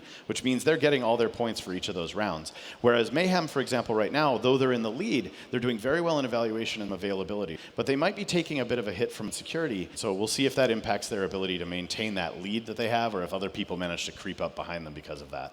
All right, so HJ, what is the team thinking now that they've been announced that they're leading at round 30? So I have with me Alex from For All Secure, who's with Mayhem. What do you think about being in the lead in round 30? You were battling it out with Rubius for a while, and now you've actually firmly taken lead with an 8,000-point lead. Yeah, we're very excited to start building up a lead. I think our strategy to patch very carefully. We try to infer when teams are attacking us, and only patch when we think someone is exploiting us. In that way, we don't incur the issue where our patch is not performant enough. I see. And we don't lose availability scars. So we mentioned a few times with generic patching versus like a scalpel-like approach. Right. What do you employ both? We do. We really try to field an agnostic patch that would protect against any vulnerability, in theory. It has been our experience that most binaries have multiple vulnerabilities, and we were worried that we would patch one, like find and patch one, and another team would find another, and then we would have to patch twice, which is very expensive. Yes. Oh, thank you for that. Sounds like the teams are still pretty excited. And back to you, Hakeem. So I understand that we have some new data that just came in, and there's a few highlight stories from these rounds of the competition, and some of it involves Rubius. Absolutely. So it looks like Rubius actually deployed a patched binary to their platform that actually used up so many resources and had so much load on it that it's been affecting the other services on that box. So basically, if one of those things is having trouble performing and it's doing, it's basically eating up all the other resources, that can negatively impact the availability of those other services, because though they are completely themselves functionally correct and even potentially fast enough, they're getting resource starved out. And so Rubius has basically deployed a binary that appears to be denial of service attacking some of their own binaries, basically as a result of starving them out of being able to actually execute. So we can see here we've got sort of the abstraction that shows some of the facets of the binary that they deployed. But really the important part here is going to be the real question is, like, what exactly was that binary doing that caused that sort of performance delta? So we're still gathering information on exactly what that is, but the bottom line at this point is that Rubius is actually, in the next round or so, we're going to see them take a fairly significant scoring hit, because this availability thing, like we've been harping on essentially, is affecting multiple of their services now as a result of a mistake in only one service. So that being the case, any of the other services that are being negatively impacted by this are also not scoring points for them, or not scoring as many points, even if they're successfully defended and even if they're carrying out POVs against the other bots. I see. Now, I'm wondering what the real-world impact of this is, because if you have a bot that evaluates your software to determine whether or not it's doing what it's supposed to do, and it applies a patch, then that would actually need to be checked. Oh, absolutely, yeah. And so that's one of those things that, like we mentioned, we've seen a couple of the teams potentially pull those patches back and decide to undeploy them. If they don't have logic like that in their bot right now, they may be in very serious trouble. So this actually is one of our cube views that we have available to us, showing the Kaleidoscope is the name of this particular challenge set, and this is just data for Rubius, and it shows actually the availability impact being had to all their other services that they have deployed over the course of the last few rounds. So like we said, we can sort of project multiple dimensions of data. So this is several rounds of several challenge sets of just Rubius, and we can see this whole flattened out area of basically negative impact to their ability to score due to the fact that just the challenge set for Kaleidoscope has actually been performing so poorly. So by round 30, though, it seems that they're back up. It seems like by round 30, they do manage to actually pull it back. So I would guess that one of these rounds that we see here, so this could be one of those dropouts we saw in that line view, right, where they peeled off at a point. It could have been due to this. And it looks like they actually did manage to pull that patch back. I'm just getting updated that they did manage to successfully pull that patch back, and it looks like they've managed to recover as well. So they deployed a patch, it didn't work, and their bot had sufficient awareness and sufficient reasoning to actually redact that, pull it back, and pull back out of the fire. We now come to the mail server, which is based on Crackadder. Crackadder is a complex bug in SendMail, a widely used general-purpose email routing tool dating back to the early 1980s. In 2011, a security researcher who goes by the handle Halverflake showcased Crackadder as something static analysis or automated tools were unable to detect. He then created a simplified version of the bug with many fewer lines of code. In its simplified form, researchers were able to analyze it using automated tools. Now, Crackadder is a litmus test for the real-world viability of analysis tools, but the original vulnerability remains elusive for automated reasoning systems. So let's go to a video by Debbie Nuttall telling us about Mail Server and Crackadder. So one of the challenges that we built is patterned after a vulnerability that was in SendMail that's commonly referred to as Crackadder. Crackadder was actually the name of the function that contained a vulnerability. So this bug existed in SendMail. SendMail is a critical piece of software that's used on the internet for sending mail. So the vulnerability exists when the software is trying to match up brackets. You know how you have these brackets in email addresses? So it wants to know at the very end, if there's a hanging open bracket, it's going to add a closed bracket, so it's counting them. One of the things it does wrong is it doesn't count the closed bracket. So it's counting in one direction, it's moving a pointer, things get out of whack, and it leads to a potential buffer overflow. This is the one that I think is hardest. I think it's hardest to find, I think it's the hardest to patch, and I think it's the hardest to prove. Thanks to Debbie for all the great videos about our Rematch challenges, and it's a reminder that she was the author of them, and I really had a great time interviewing her. Now, Vizzy, tell us more about Mail Server and Crackadder. Sure. So our implementation of the Mail Server Challenge basically wanted to strike a balance between the difficulty and the complexity of the original bug in SendMail and Halvar's example that was sort of a carved-down subset of the problem. Either way, they are all sort of the classic state machine problems that are very, very difficult for program analysis. Those nearly infinite possibilities and that halting problem that we talked about before clearly come into play here. So basically, I'm looking forward to seeing, and it looks like we have some data. Basically, Mechafish was the only team to actually successfully POV against our version of Crackadder. So this basically represents a leap forward in program analysis. For them to be capable of doing this means that we're one step closer to that thing that's basically been sort of the Everest of program analysis because of that state machine problem. Additionally, once they were POVing, it looks like Crispy deployed a patch, but it was a general purpose patch that did manage to mitigate the bug. So kudos to them for actually managing to patch it successfully without breaking it. Right on. All right, so let's go to HJ down there with the teams. So you guys successfully patched Crackadder, but I believe you also were the only one to exploit it, right? And so congratulations. That's pretty. Halvar Flake actually considered this like the Everest, as Vizzy calls it, of challenges. Congratulations. What do you think about this? It's pretty overwhelming. Right? Wow. I mean, all the talk about state machines and all the possibilities of state machines really reminds me of one of the papers that we published recently. We're an academic lab. We publish papers. That's what we do. We published paper Driller, which is supposed to augment fuzzing with symbolic execution. And it's one of our really in-depth case studies talks about how exactly it traverses the state machines and is able to really explore deeply parts of the program that would normally be inaccessible to a more naive approach. All right, this complexity you have. How big do these equations actually grow to? Can you give me an example? They're huge.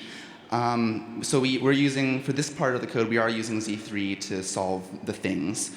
And when we're debugging these things and then something won't solve, we try to print it out, and sometimes our terminal will just scroll with equations for minutes before terminating, and we're like, okay, there's nothing we can do about this. Move on. Nice. Excellent. Thank you for your insights. I appreciate it. Very good. Back to you, Hakeem. Thank you, HJ. All right, so let's look at round 52 scoreboard. So in this instance, we're seeing basically Mayhem still in the lead, Xandra and Shellfish. Rubius has fallen a little bit. It looks like the gap might be growing. But as we can see, it's availability still that is winning the game. Yeah, so what happened around this round was Mayhem actually went down, right? Yeah, so it looks like in this instance we've seen Mayhem's service, Mayhem's bot has become unavailable right here in round 52, so this might be the beginning of a very serious problem for them. The late breaking that I'm getting is basically that we've seen that stop responding and not actually be issuing any updates or issuing any POVs. So we have no idea what that's going to do to their score. But like we've said, actually, there are certain sections of the game for which doing nothing isn't a terrible strategy. So we don't necessarily know that this will have an immediate impact. They have a very solid lead, and they may actually manage to maintain some of that. Wow, and they managed to break a supercomputer. Yeah, absolutely. It's kind of lucky. So we have to wait now for the data to come in to figure out exactly what happened there, right? Yep. So we have a team in the back that's working on this. Absolutely, yeah, for sure. This is one of those ones that they end up having to look into a little bit more specifically, mostly because we're not even really sure what it was that they deployed that caused that to be the case. For your colleagues in the audience, what does that data look like coming out of these for the team to create the visuals? Sure, it's basically a bunch of basically tabularized, serialized data that's getting burned to those disks. It's every event that's traveling through this entire system. So if you were to imagine this whole thing as a series of events occurring in time, and the metadata associated with those events, that massive pipe of data is getting funneled out and split out into these systems so that they can tabulate what's going on. So we have an arena view showing the scores for that particular round, not the aggregate scores. This is just for round 52.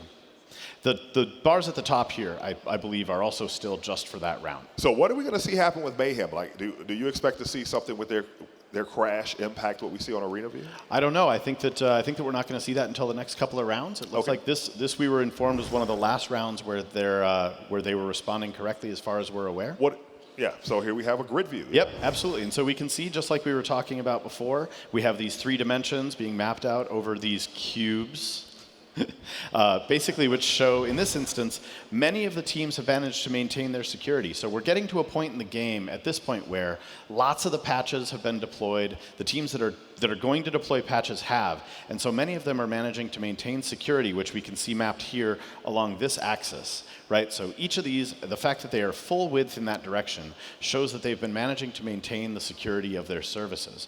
But not as many managing at this point to continue carrying out POVs.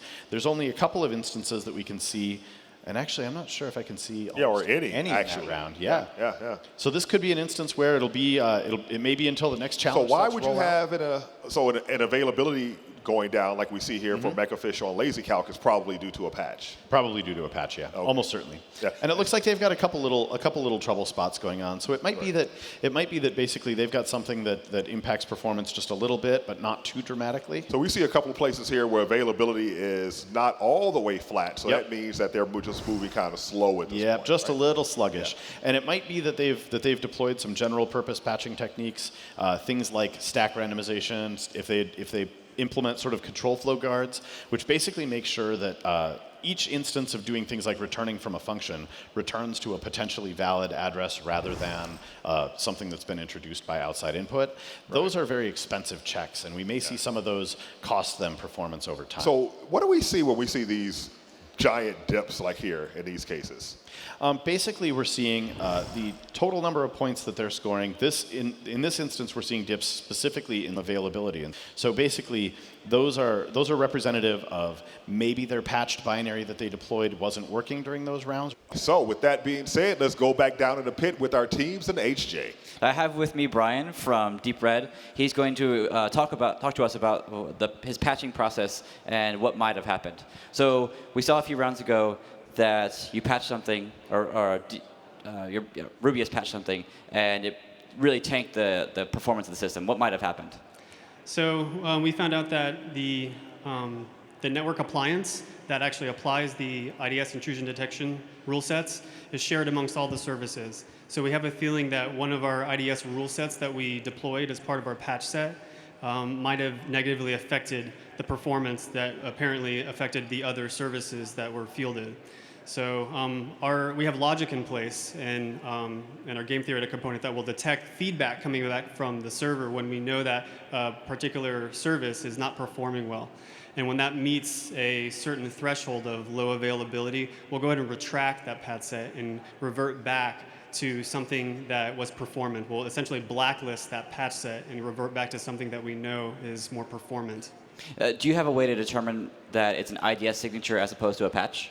Unfortunately, you don't. The feedback is not particular to a certain patch that we applied. They don't know exactly the set of patches we applied. It's across the entire service. So in some cases, we have to make our best guess.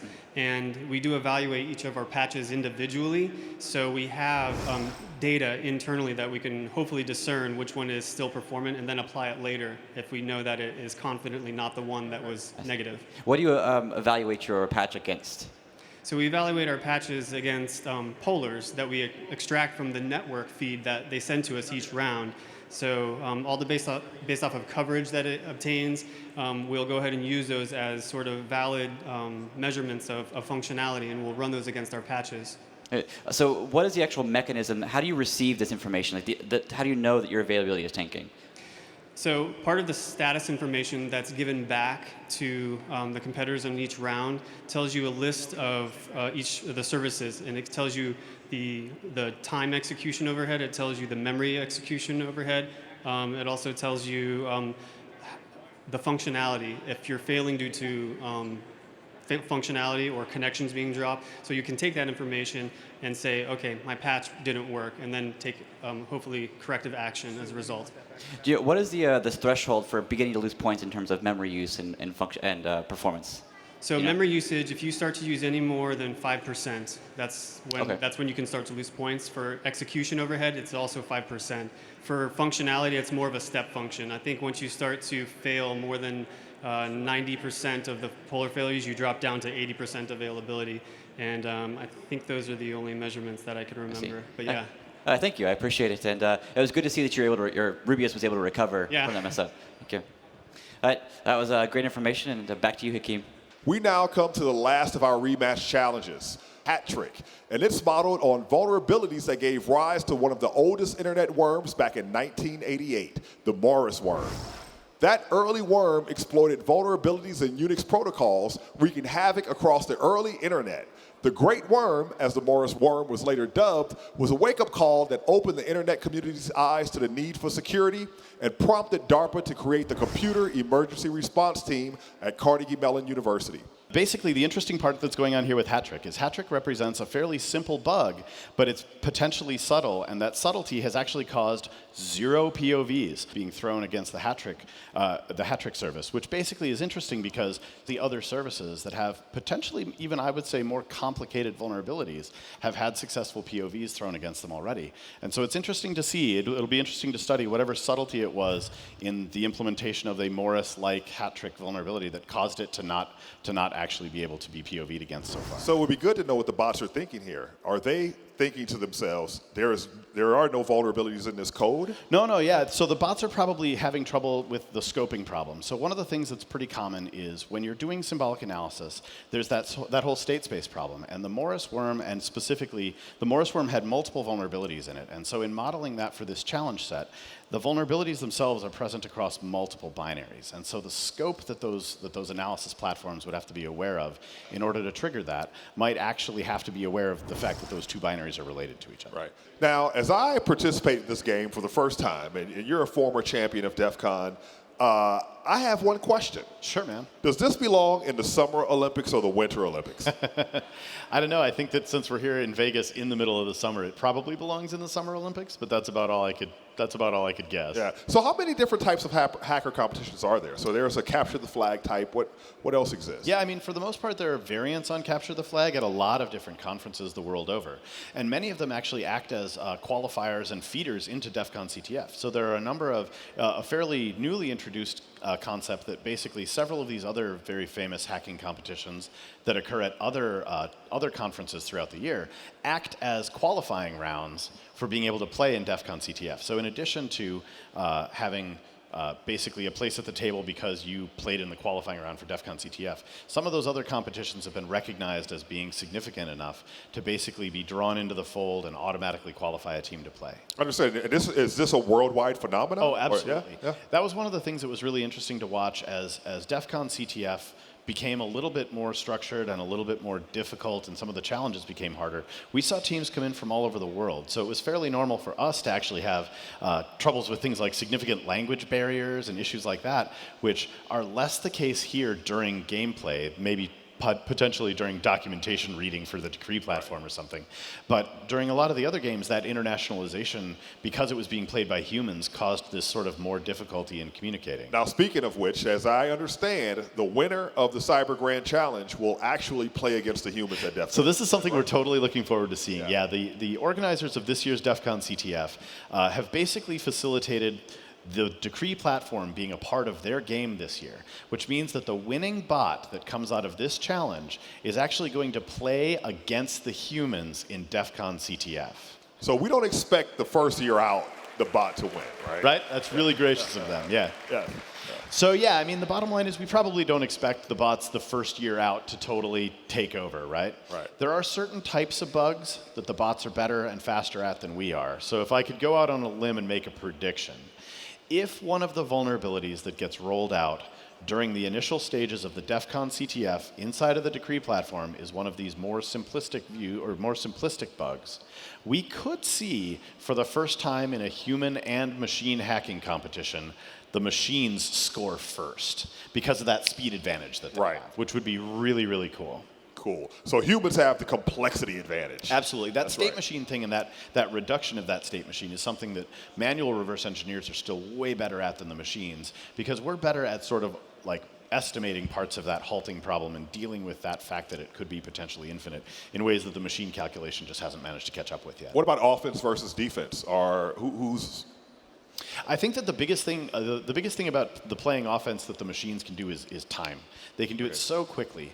The thing that they still wouldn't be able to do is to, or at least that we haven't been proving that they would in this instance, is being able to carry out sort of that more holistic approach to the game where they have to actually land a payload and try and do some of those more sysadmin-y things that they would do in a human CTF game. But that'll basically be challenges that the bot that gets into the DEF CON CTF will probably never see. It'll probably be a specific subset of the challenges, I would imagine, around Decree. We'd have to check with the legitimate business syndicate to know whether or not the whole thing is being hosted that way. Speaking of the legitimate business syndicate, let's cut back to HJ.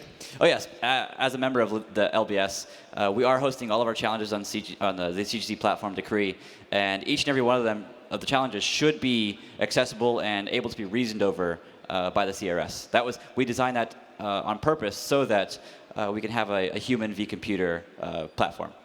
So I have with me David Melsky from TechX, and whose CRS is Xandra. He's going to talk to us a little bit about formal methods, and especially in regards to CGC. Sure. I might not be the best person to find to talk about formal methods, but formal methods tend to focus on proving properties about the program. So often you'll see things like machine-checked proofs and automated theorem provers, and they're incredibly important for knowing that you have a piece of software that's doing what it's meant to do for a particular context. So they can also include static analysis methods, and there have been a lot of other DARPA programs that there have been recent DARPA programs that have been focusing a lot on using those formal methods to prove platforms that have certain important security properties that you can build upon. They're hard to use in this kind of automated, very short-term platform in CGC, but they're a very important part of the puzzle of solving security. So how hard is it to say, so it's easy to say yes, like, oh, here's a vulnerability. How hard is it to actually say no? It's like solving the halting problem, right? When do you know to stop? Yeah. The halting problem says that there's no general purpose algorithm that works for all programs. That doesn't mean that you can't prove things for specific programs. And so, in fact, often you can succeed in proving specific properties about specific programs. It's just that sometimes you're going to fail. But that's kind of an abstraction that doesn't matter, because you don't want to run all possible programs. You want to run your programs, and you can often prove things about them that are very important. Is there any reasoning inside of Xandra to tell it when to stop and use that computing power on something else? Sure. And in fact, there's a whole interesting part of gameplay that we would have liked to explore more in terms of resource allocation and management. In fact, we drew an analogy early on that it was like managing a squad of non-player characters in a video game. We kind of similarly have a squad of specialists and applications that are trying to do different parts of the capture the flag, vulnerability discovery, exploit generation, patching, and managing all those resources is complicated. That's one of the things on my long list of would have done with more time. As it is, we try and pay attention to, has the challenge set been retired? Do we think we can do anything more with it? Or is it time to use those resources somewhere else? But it's sort of simplistic rules at this point. I like thinking of these things as sort of the players on a battlefield. That's a nice way, or like in WoW or something. Thank you for that. And back to you, Hakeem. Thank you, HJ. So how do the teams do versus Hat Trick? So that particular challenge set is made up of 4 binaries. And it looks like 2 teams did manage to patch the vulnerabilities, but we're not sure yet whether or not they patched that with a very specific patch that addressed the individual flaw, or a more general purpose hardening technique that might have mitigated the risk of the flaw, but without even knowing what it was. Okay, so maybe HJ knows more for us. HJ, tell us, sir, what happened with Hat Trick? So one thing that was interesting is that despite people being able to do these generic patches, no one was able to successfully do a POV against it. And it's surprising because the Hat Trick was just a basic stack-based buffer overflow, which is something you expect these amazing systems to be able to complete. So yeah, back to you, Hakeem. Yeah, HJ, and your beard is still looking really good, my man. Thank you, sir. All right. So now let's take a look at the headlines so far of the matches. Vizzy. So it looks like we have some of that final data in for Hat Trick like we were talking about. If you guys remember, Hat Trick is our rematch challenge based on some of the Morris Worm data. And we definitely have 2 teams managing to actually patch this. But there's no particular evidence of anyone POVing it yet. Yeah, congratulations, guys. Well done. So the other thing that we have is some of the final wrap-up on address resolution service, again, based on SQL Slammer. 6 successful patches and 6 POVs. So this is one of those ones that this technology would have had a very dramatic impact back in the day. All right. SQL would not have been slammed. Yeah, absolutely. So secure server wrap-up, we've got some information. Again, this one was the one that was based on Heartbleed. It looks like 6 patches deployed, but only 1 POV, which means that whichever system that was, and if I recall correctly, it might have been Mechafish, they basically were the only ones that we have evidence that they managed to reason about it successfully so far. But everyone was able to... But everyone was able, actually 6 teams. 6 of 7. Yes. Were able to deploy a patch that basically at least protected, even if it was unknown what it did to protect it. It may have been one of those general purpose things like we've spoken about before that successfully defended those services for them. But either way, they patched it without breaking it, without significantly negatively impacting its performance, and managed to defend that service with automated code patching. Yes, and so this is like in the nick of not time because this is a very recent problem. Absolutely, yeah, totally. So it looks like we've also got some continuing data coming in on MSO 8067.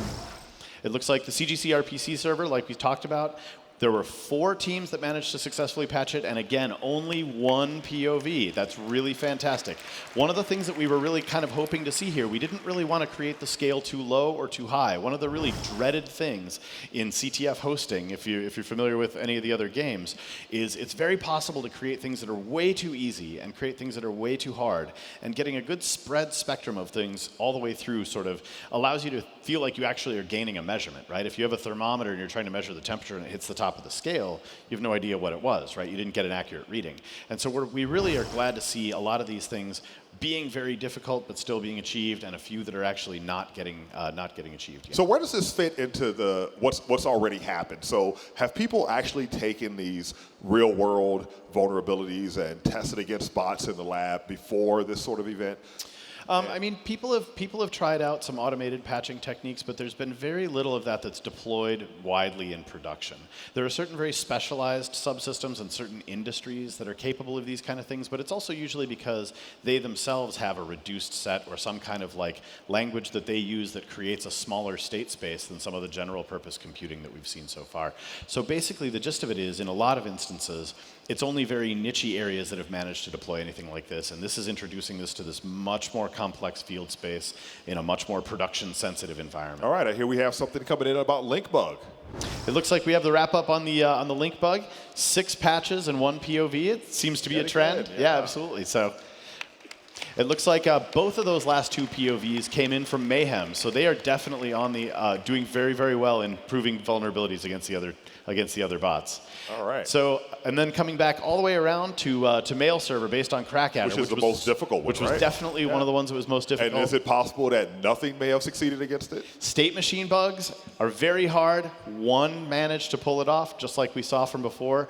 2 were patched, but 1 managed to pull this off. And this one, like we said before, was sort of a slicing the difference between the reduced version that Halvar created as an exemplar of why these types of bugs are difficult to deal with, and the original bug and its level of complexity. So this is right in the middle. It definitely represents a new achievement in program analysis. Because of that level of complexity, that one team should be super, super proud of that.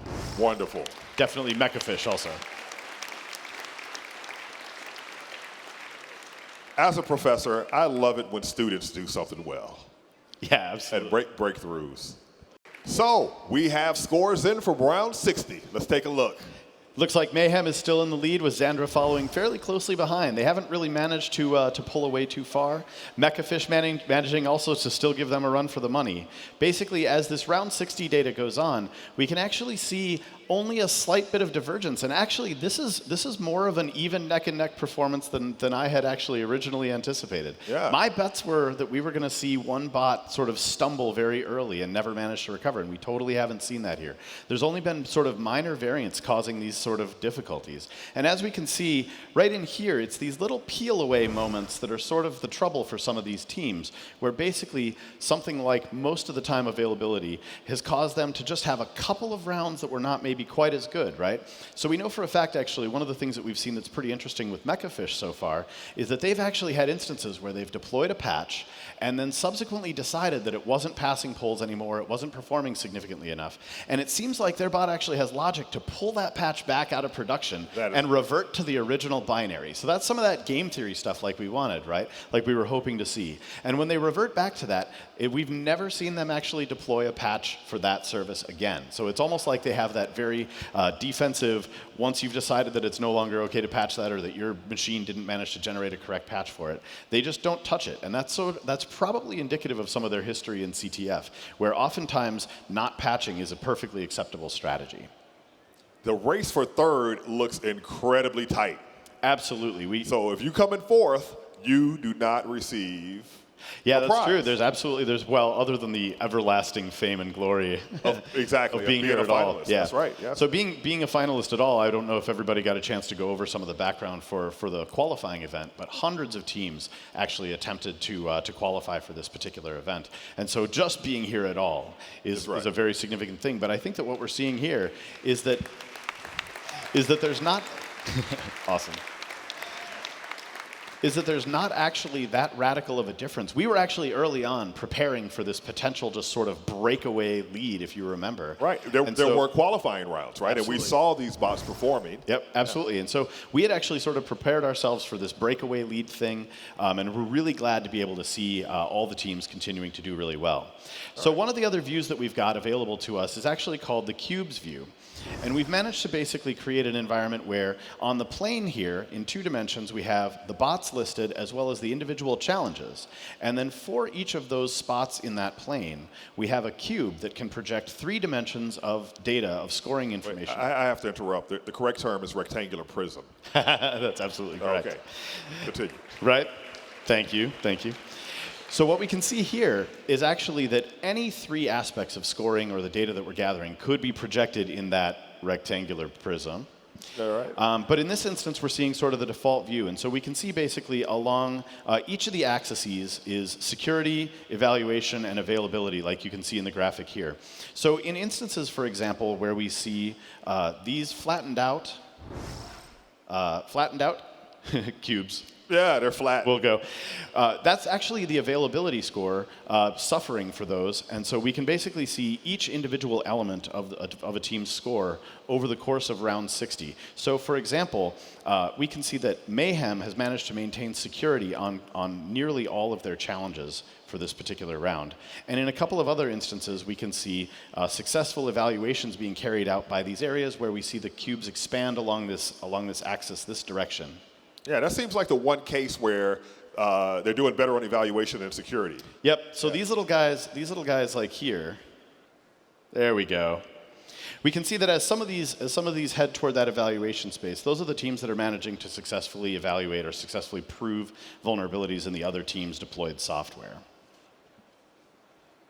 So next up, we have the arena view from round 60, which, as we'll see, is an extremely busy round, like they all are. We've only got 1 remaining of the original rematch challenges still in play, but you can see actually early on, Galactica jumps out and actually throws a bunch of successful POVs, which we can see here because of these blue circles occurring inside of other teams' services, right? That's right. And so that's actually Galactica managing to successfully and then stealing back those colors and ending up being able to render it here. But as we mentioned before, even in these late rounds, a lot of these teams are still patching, still deploying patches, and are still down for those rounds. Yep, as we see there and there, for sure. And then in a couple of instances, we've even got teams that are having and suffering availability problems, Mechafish, for example, and Rubius. And because those are not immediately shrunk down to being the tiniest little possible black space, that means that they're suffering from availability problems due to performance. So essentially, in our game, as the evaluation for availability occurs, if it's not functioning correctly at all, if it's not responding with the correct information, that'll just cause it to immediately go to 0. You'll get that smallest possible black tile in the middle. But these ones that are of reduced size but not dropped all the way down, that's because they're capable of incrementally losing some of their availability score due just to performance. Now, what is going on right here? I see a couple of intersecting. Absolutely, yeah. So the little secondary gear that we see there, we mentioned earlier on that the team's bots are capable of deploying IDS rules. So when they deploy an IDS rule, just like deploying a patched binary, that IDS rule causes that service to be down for that round and the team to not be able to score either security or to prove vulnerabilities, carry out offense against the other teams. But basically, this strategy that we're seeing here most specifically represents patching the binary and the IDS rules at the same time, which is probably a good strategy considering the fact that otherwise you'd have to have a down cycle for each of them. I see. So up and coming, we have some POV data coming in. So we're seeing, as an example, you can see all the POVs being thrown. And remember, we mentioned that per service, it's possible for an individual bot to try to throw a POV against another team's service up to 10 times in that one round. So some of the bots that we've seen are actually taking this very aggressive approach where even without potentially all of the information that would be necessary to prove that vulnerability, they're trying it out based on what they've got. And we're seeing others that are a little bit more specific and will only throw the POV when they're quite certain that they know where it is. So for example, Rubius is a good example of throwing the POVs and having them sometimes land and sometimes not. All right, so we have some scores coming up. Here we go, round 60. So the overall listings we can see here, basically, it seems like pretty much all the teams that are in the lead are managing to maintain their availability scores. It looks like Jima and Crispy might be having a little bit of trouble in that arena, and that might be causing them to end up on the lower end of the scoreboard currently. The upper end, we're definitely seeing both security and evaluation. We're not seeing a runaway game from either just defense or just offense. It's a very balanced approach that it seems like the bots are taking, which again kind of plays back into some of that game theory stuff that we were hoping for. So coming up, we're going to see some of the polling data from basically the scoring server for round 60. In this instance, we can see just a couple of them are down. Most of them are still responding correctly. So like we mentioned, we can see the availability issues that are going on here where we can see that the service polls are still green, right? Those little dots at the last second are still staying green all the way through versus some of these other ones that are in the process of being patched, for example, we can see going in and turning red right at the last second. So basically what that means is, like we mentioned that we speculated before, it does seem like the polling data is showing that those availability issues that a bunch of the teams are having right now are actually more about performance than they are about having created patches that break the software. Okay, so we're going to go down to HJ. He has more information for us from the pit. I have with me Alex from For All Secure. He's going to talk to us about the scores from round 60. So you're currently in the lead with a 10,000 point lead. How are you feeling? We're still excited to be in the lead. So DARPA released the submissions during the competition, and we have been looking at that. And unfortunately, it seemed that our system had a technical difficulty and stopped submitting patches and POVs. So we kind of hope that we build a big enough lead that we can just hide it out until the end of the game. Do we have any idea what caused this technical difficulty? It looks like our system is not keeping up and not downloading regular updates from the team interface from DARPA. So we're still playing on the binaries that were released like hands ago that are now not in play anymore. Oh, I see. Yeah, so we'll see what happens. A friend of mine mentioned that the only move is not to play the only. Oh shit! I missed the call. The only way to win is not to play. Yes. So the upside is at least that availability is a huge portion of the score, and since you're not making any modifications, your availability should remain as high as possible. So we'll have perfect overheads, very performant binaries. As soon as teams have a POV, unfortunately, we won't be able to protect against it. I see. And obviously, we'll also not get any evaluation point by exploiting other teams. Well, thank you. I'm sorry to hear about the issue, man. But yeah. Good luck. Thanks. So it looks like we have data coming in from Galactica scoring perfect points on a challenge that we call Whackjack against the original binaries. So basically, they managed to actually score perfectly against all the teams in the original binaries, probably because they managed to turn it around so fast. All right, I hear that HJ has Galactica down in the pit. Let's hear from them. I have the team lead from Galactica here.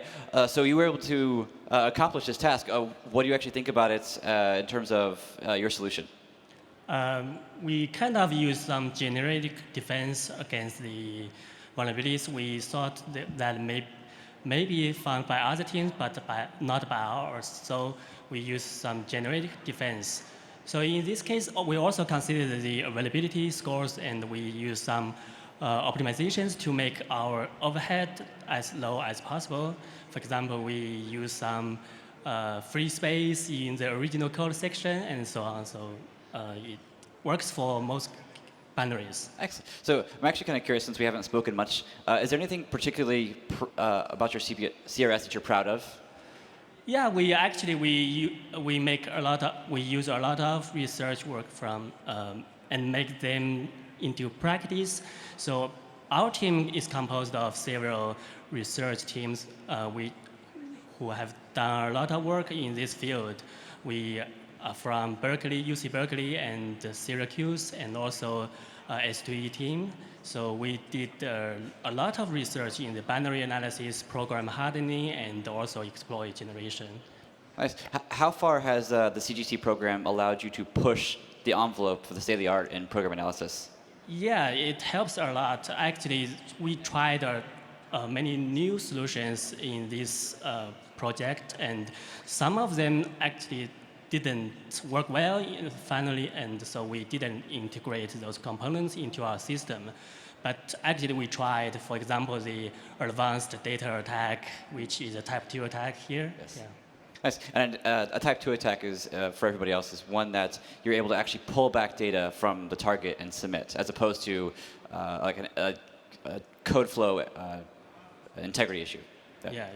Thank you. I appreciate it. Thank you. Yeah. And back to you, Hakeem. Thank you, HJ. We are getting data in from rounds 91 through 95. So it's 96 rounds, so we're coming down the home stretch. We're coming down home stretch. So we have round 91 scores coming in. So actually, when we mentioned earlier before that we had seen Mayhem's bot go offline, for this round, they are actually offline.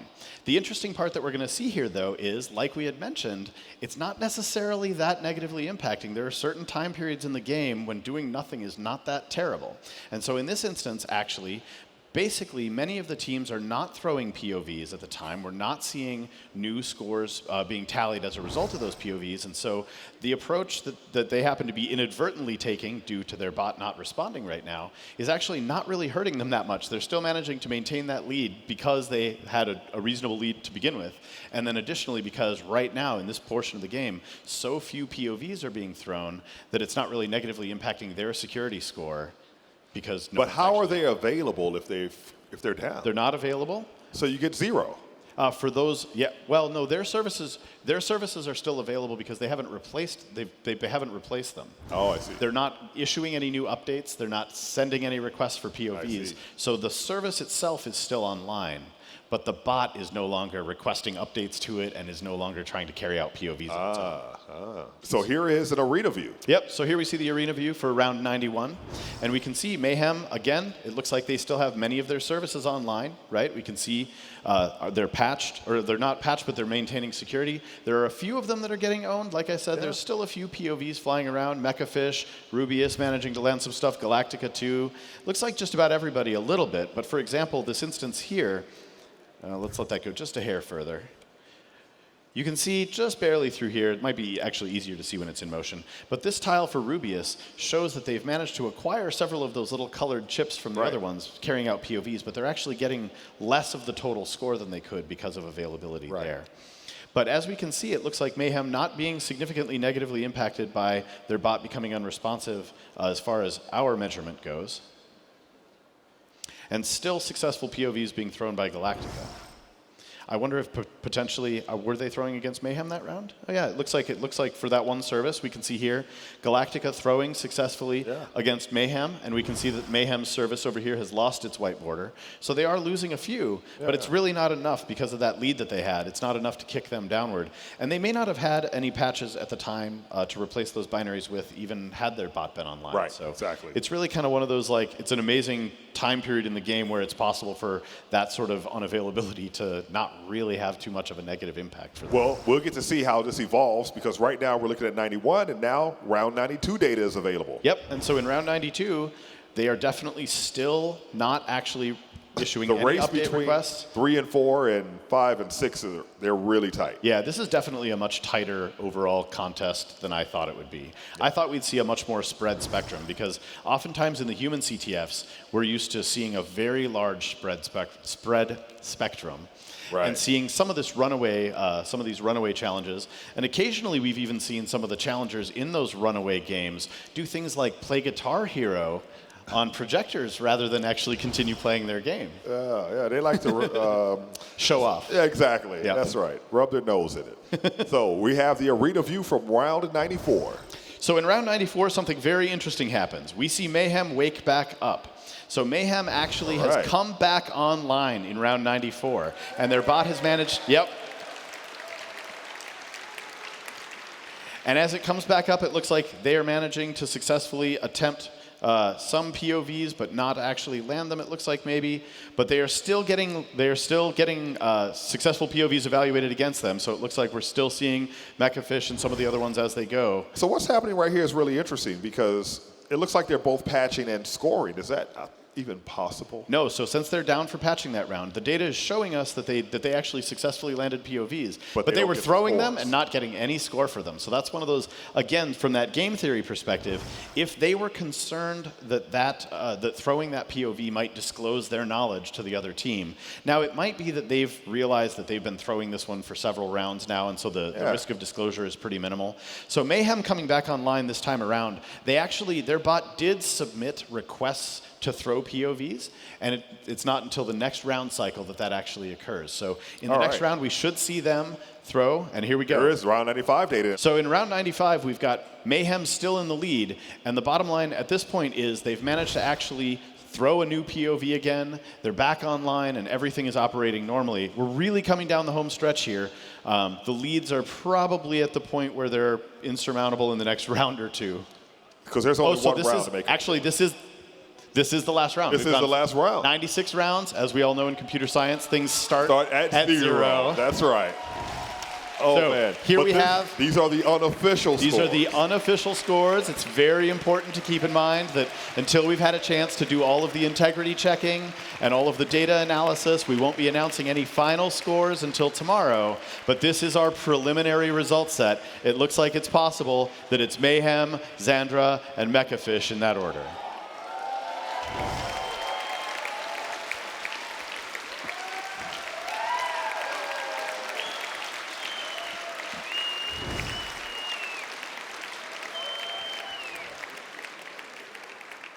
Celebrations are taking place in the pit, but the real celebration has to wait till tomorrow morning. Absolutely. Yeah. So I've got a number of favorite things that have totally happened here that I was expecting or wasn't expecting to actually see happen and was hoping to see happen. So it's sort of that dichotomy. Watching some of these teams carry this very, very symbolic execution approach and specifically break Crackadder, I was watching for, I was hoping for. Getting to see that's been very rewarding for me, and I know that I will certainly, if they're providing the data, I will be taking that home and doing that as homework myself even.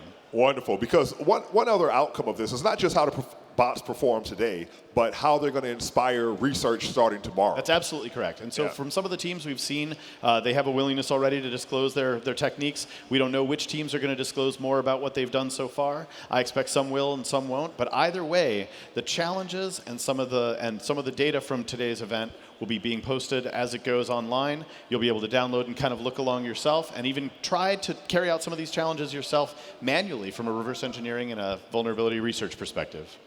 All right, so let's go to the pit where HJ has the team leaders. I have all the captains here, and the game is over. I actually hear from their perspectives. So it's done, finally. So vacation, what are you doing next? Yeah, I'm going to sleep. You think so? How did you feel going through each of the rounds as you learned the scores changed? You know, we were doing really well, and I found myself thinking, I'm afraid of heights. It's a long way to fall from where we were, but I'm over the moon. Where do you going to go in terms of research from this point? Well, we have a lot of ongoing research, and I think like a lot of the teams in terms of cybersecurity. So there's plenty still to do in terms of handling other domains, bigger programs, both for all aspects of it. Oh, congratulations! Seriously, good work. So it's done. Again, same question to you. Are you going on vacation? What are you doing now?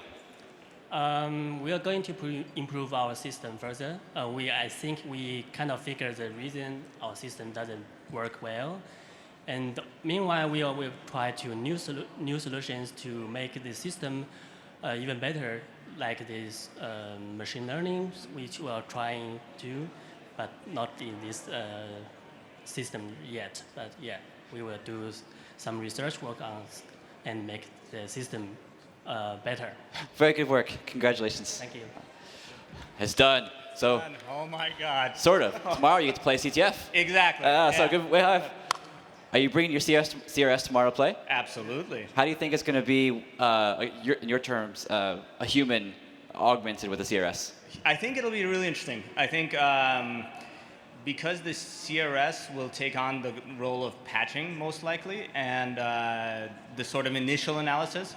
So if the CRS can provide us with crashes, and then we can take it from there, or maybe vice versa, right?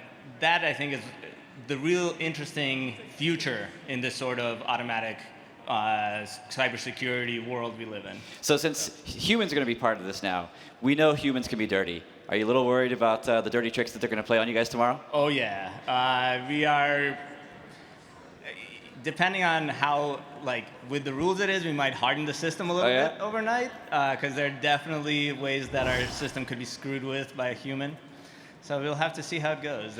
I know I've heard personally a few of the teams have been doing a little research on the side, trying to find out what kind of things they can do to thwart the other players. Yeah, I don't know if you saw during the kind of private time before the public event, one of the visualizations crashed. I did. That was your QEMU bug, right? That was our QEMU bug. Yeah. So we have, Rusty. He was in the back fixing all of your guys' dirty tricks. I don't know how many QEMU bugs he had to patch so that they could continue visualizations. That's impressive. That's impressive. Yeah, it was pretty good. There was like a floating points halting one, wasn't it? Exactly. Oh man, you guys. Look forward to seeing you tomorrow. Absolutely. Good work. See you tomorrow. Hi. Hey. How you doing? I'm doing fine. It's done. How do you feel? Tired. I don't doubt it. So going in, you had certain expectations. How do you feel about your performance? I think we did okay. I was pleased that we stayed up the whole time. With a small team and we wrote everything from scratch, there was a whole lot we left on the drawing board or partially implemented that we didn't get going that we really want to look at and see what we can do with the system. What kind of things would you like to see going forward? Like say, or how would you have changed CGC as well? Like, is there any aspect of security you would have liked to have seen in it? I think it was fabulous the way it was run. I think the whole DARPA team did a great job of putting this together. Yes, give them a hand. This is one level of problem we're seeing out there in the wild, but there's a whole higher level of abstraction where we're seeing problems, the SQL injection attacks and those things that we did not address here. There's still a whole lot of work to be done. Do you plan on adding that type of analysis and reasoning into future tools? Or would you Eventually. There's more we have to do first with this. Oh, I understand. Yes. Well, thank you and congratulations. Good work. Yes. Good work, guys. You're done, finally, huh? How you feeling? It's time to sleep now. Yeah. Not drink? Yeah, probably. All right. So how do you feel about the results of the competition and everything? Right, so I think our patching strategy was good, so we stopped a lot of bugs that other teams didn't, but I think our failure was we replaced too many too fast. So our availability suffers when you replace a binary, you get a 0. But I think overall, our performance is what I expected. What did your CRS do that would, in terms of patching, do you think, that was better than the other teams? I think we tested our passage a lot before we would send them out to make sure they worked. And our generic strategies, they didn't require us to find the bugs before we could patch. So maybe that helped us out. Maybe. Did your CRS implement any IDS rules, or they take advantage of that? No, we didn't do the IDS rules because you saw what happened to Deep Red over there when they said the FAQ entry where one IDS rule could ruin your whole system. So we decided to go against that. All right, nice. Thank you. Good work. Congratulations. Nice. Tim. So you get to relax now. How do you feel about your performance, everybody's performance? I think it was fantastic. I mean, if you look at all of the machines that are up here, and you know the collective technology, I think it was fantastic. I think the whole competition was excellent. I think that what we saw here represents a real change. You know, something new taking place. That's exciting. It really is. What do you think about actually like the production value and just the amount of effort that was put into trying to make this spectator friendly? I felt like a rock star. Yeah. So this is actually something that's nice. This making computer security and hacking spectator friendly is something that all of us have had a challenge. Do you see this as being something that's good going forward to help get public awareness of this arena? Sure. I mean, it's so vital, right, to have secure software.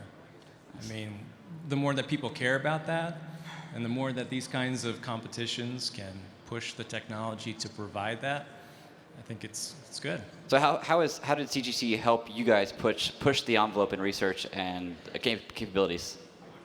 Well, it did a great job of scoping the problem, and that allowed us to focus on the core research problems.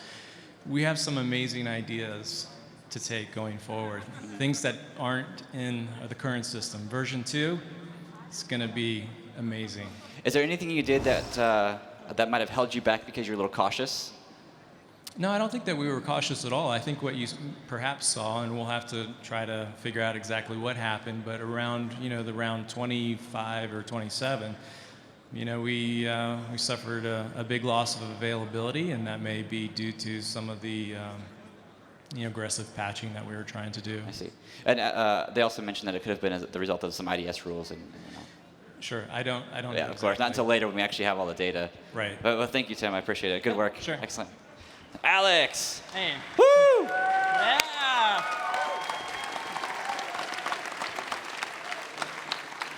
Man, what a show. And after everything that happened to you guys, I remember seeing whenever we found out that the CRS went down and that you weren't submitting any more POVs, That was just the terrible. sweat.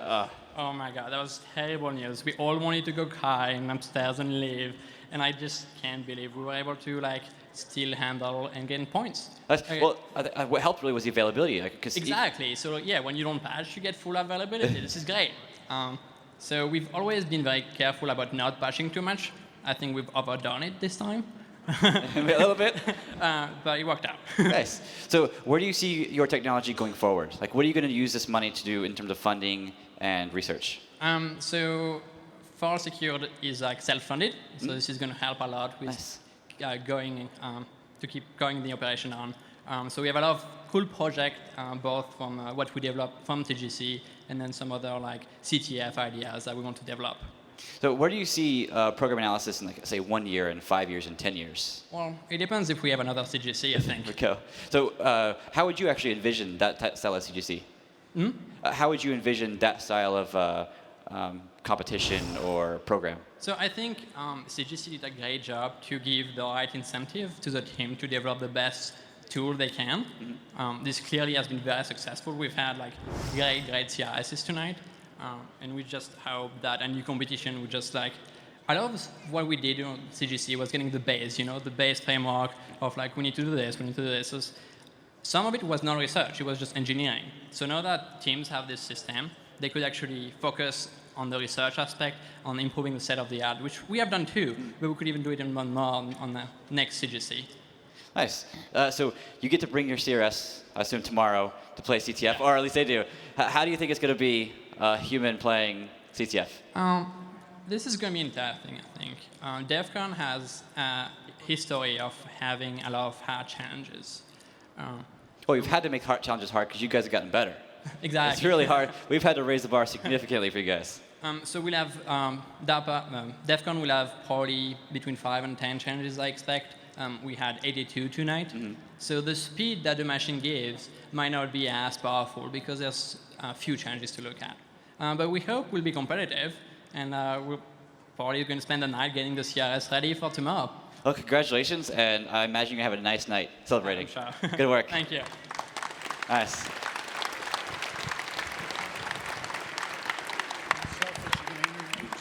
About what? Oh. Oh, I'm still on. How's it going? How's it going, guys? Great. So, third place. I'm super stoked. I love seeing CTF teams do incredibly well in these things. It's just near and dear to my heart, like open source. How do you feel about your victory? Was this expected? Like, just how blown is your mind right now? All right? So, in the beginning, we saw like Shellfish start out, and our patching strategies, we patch. You know? And so we watched us go, boo, that first round, right? 7th place, and I was like, ah! But then, slowly climbed up, and it was incredible. Good work. Incredible. Nice. Yeah, that's all I've got for you guys. Yeah. I think we've, actually, same question for them. What do you see with program analysis in 1, 5, and 10 years? I think it's very similar to self-driving cars as well, right? We had the self-driving car challenges. And at the time, people were saying, do you really think you'll ever be sitting around in the computer and it'll drive you around? And now we're almost there. And it's similar with this. There are challenges in automated program analysis that don't exist in self-driving cars. You heard about them on stage. You obviously know all of them. But so it might not happen in the same way, but it'll definitely happen. So we'll probably, regularly now see machines in DEF CON. Nice. Thanks. Good work, guys. Good, really good work. Oh. Man, 2nd place. Fantastic. Like, it's absolutely amazing work. So how do you feel? Like, I imagine you're pretty excited. What are you doing for celebration tonight? Yeah, I don't know. We're definitely going out. I bet. Have a little bit of Las Vegas. Nice. So what do you think? Actually, I know you're not playing CTF tomorrow, but what do you think about the human-computer interaction? I think it's going to continue to be interesting. I think computers are going to have to continue to help a lot. But there's still a lot of room for human creativity. So we saw in CGC, it was kind of like a microcosm of the security world. How does your CRS, or how hard would it be to adapt your CRS to more modern and real-world applications, like a browser, for instance? A browser is a heavy lift. Among the things that make a browser much more complicated are runtime code generation, a lot wider set of system calls that you have to think about and model, threads with a lot more shared memory instead of just pipes for communication. So there are a lot of aspects of the system that have to be monitored and taken care of. That said, often you can isolate components and apply the technology just to the components instead of the whole browser, and often that can still be very, very useful in terms of increasing the security. So I think that'll maybe be kind of the way you'll see it start to get introduced into things like browsers. Excellent, thank you. And have a good night. Congratulations, enjoy your victory. Oh, there they are. Let's go. I'll talk to David. Yeah. Oh, man. Alex. Go ahead, team captain. Oh, team captain. Amazing work. I know you guys were sweating it pretty hard, and I really felt bad for you earlier. So what do you think about your victory? I mean, there's no words to describe it at this point. We went through this huge downward spiral around 30, and then it just like slowly came up. It was amazing. I mean, it's all a testament to the hard work these guys put in that we were able to get a lead and keep it. What's your next step in terms of research and innovation? Well, we look at this as really the first step. The next step is to start checking all the non-CG software. So we've taken off this big chunk, and now we're going to do everything else. And we really want to make it a more democratic, where everyone can know the security of the software that they run. Nice. So do you have any publications coming out that might be based on your current research? That'd be interesting to read. Yeah, we're going to do a full write-up of the sort of techniques that we put into to this, and we'll also include some of the things that we had that didn't work. Oh, thank you, I appreciate it. And have a good night, guys. Yeah, really you. great work. So Send it back to you, Hakeem. Thanks. HJ, you did a great job down there with the teams. But you know what? I'm interested to hear your takeaways and your final thoughts and impressions. You know what? I have to say that my biggest takeaway was I felt so bad for Mayhem being in first place and then crashing, but still coming out on top. Just the look on their face when they saw the scores for round 90, 94 and 96 and 98 was pretty amazing and a great feeling. So that was probably my favorite. Wonderful. And none of us got to see those rounds, but that was great. And Vizzy, sir, what are your final thoughts? Both of you did a wonderful job tonight. Thanks, man. And thank you so much to our co-hosts, HJ and Vizzy. Thanks, man. You were excellent. I think one of the things that I'm going to take away is watching all of these teams get inspired about these problems that are also some of the things that I've specifically worked on historically and that kind of thing is really going to spur, even in me, I think, a new set of research ideas, a new bunch of things that I want to do. I also really, really love seeing a couple of the teams keep that thought alive from older CTFs where there's that dirty tricks department and you're really, really playing the game. Like that pure technical execution is beautiful and it's gorgeous, but really these challenges are a part of a holistic thing, and I think things like that anti-analysis technique being deployed to use resources in impossible code paths, those kinds of things are the dirty tricks department stuff that I totally love. Sounds great. So, for me, this has been an entirely new world. There was one person in this entire community that I already knew about, and that was Chris Eagle. I had heard of this guy, who was a member of our development team. But so far, I've been representing DARPA in this endeavor, but I have to take my DARPA hat off and speak as a citizen, as an ordinary citizen of America, and as a scientist, because we all have to appreciate those who invest in our research. And the unique role that DARPA plays is that they can actually invest in things that we don't even know if they're going to work, if they're going to pay off. So whenever I submit my astrophysics proposals, one thing that it's based on is technical feasibility. It's evaluated on, will this work? And so I just want to thank DARPA for this investment, for including everyone. Absolutely. For investing in these teams.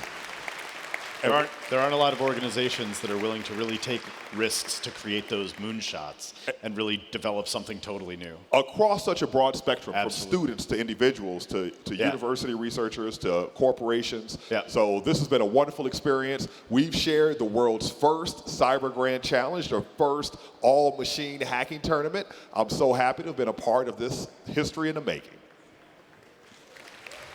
And one last word, I'd like to say thank you to the man who envisioned this and brought it to fruition, and that's Mike Walker. And so, can he take us out?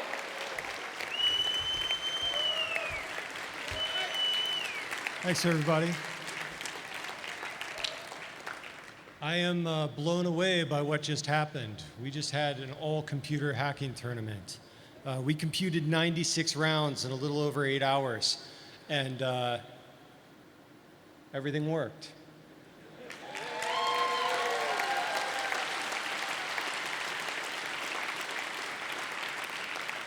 Now, when we say our results are not yet verified, it means that we're going to take all the data that came out of this air gap robot that is now in the public domain that you can download and look at tonight and run it again on a completely different cloud and make sure we just get the same answer.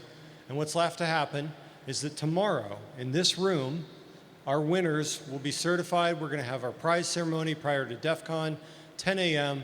We're going to hand out trophies, and I really hope to see all of you there. And thank you very much for staying with us as we called this tournament. And my personal thanks to HJ, Hakeem, Vizzy for being the voices of this tournament.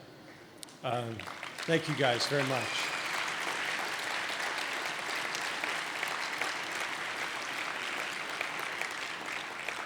Right now, I have to thank all the teams that were part of this thing. We have the teams that built a liquid-cooled data center behind an air gap in 3 days in this room. Thank you guys so much for your planning, your execution, your excellence.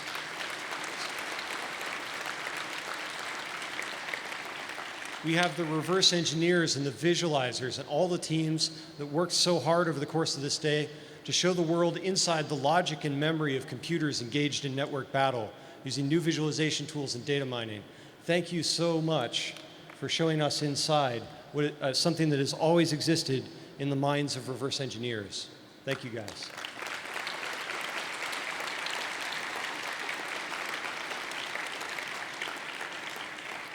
And finally, the teams that built the operating systems, software, integrity mechanisms, supervisors, automation for the biggest computer security competition in history, and our referees who were responsible for most of that. Thank you guys so much.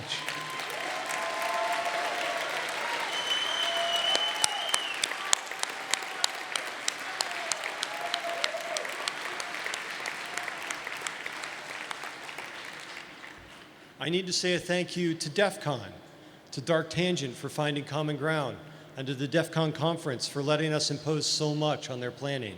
Thank you, guys.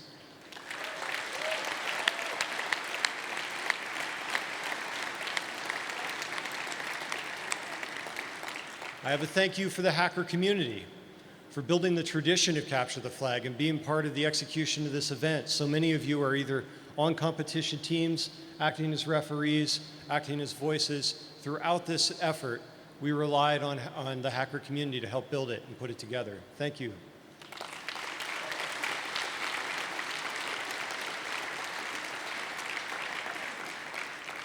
And finally, a thank you to the people and institution of DARPA who put the full weight of the agency's resources to bear on revolutionary technology development. Thanks.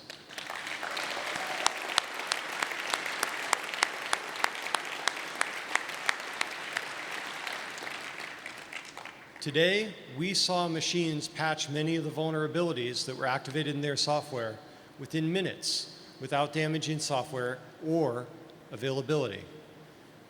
Of the 6 Rematch vulnerabilities, classic vulnerabilities from the history of computer security, machines found patches for them, for 5 of them within the time frame of the competition. Now, these are not as hard as the original software. They're simplified versions, but they are still enormously difficult challenges.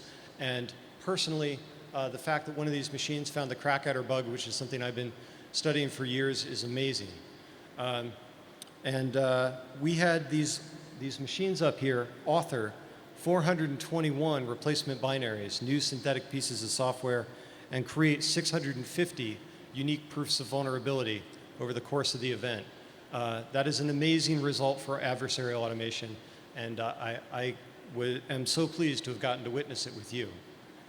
So, if you're staying for DEF CON, please spend some time as you listen to the speakers and meet with friends this weekend, thinking about how the transformative power of automation can change our field. Our results are public. They're in the public domain for you to reverse engineer, hack, analyze, build on, and imagine.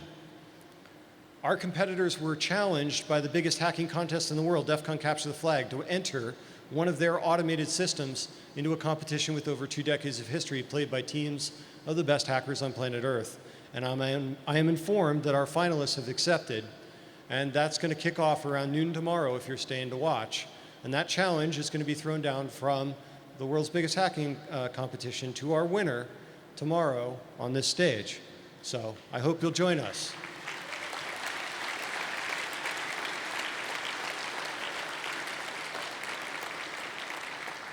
One of these machines is going to play tomorrow. For tonight, I have a request for this room that I'd like to close with. First, I'd like to invite all of our finalist teams, the folks who built these systems, please come join me up on this stage.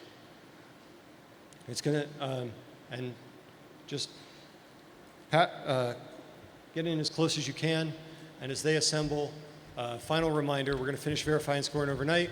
We'll award prizes and trophies tomorrow at 10 a.m., right in this room before DEF CON opens. Come on up here. Hey, guys.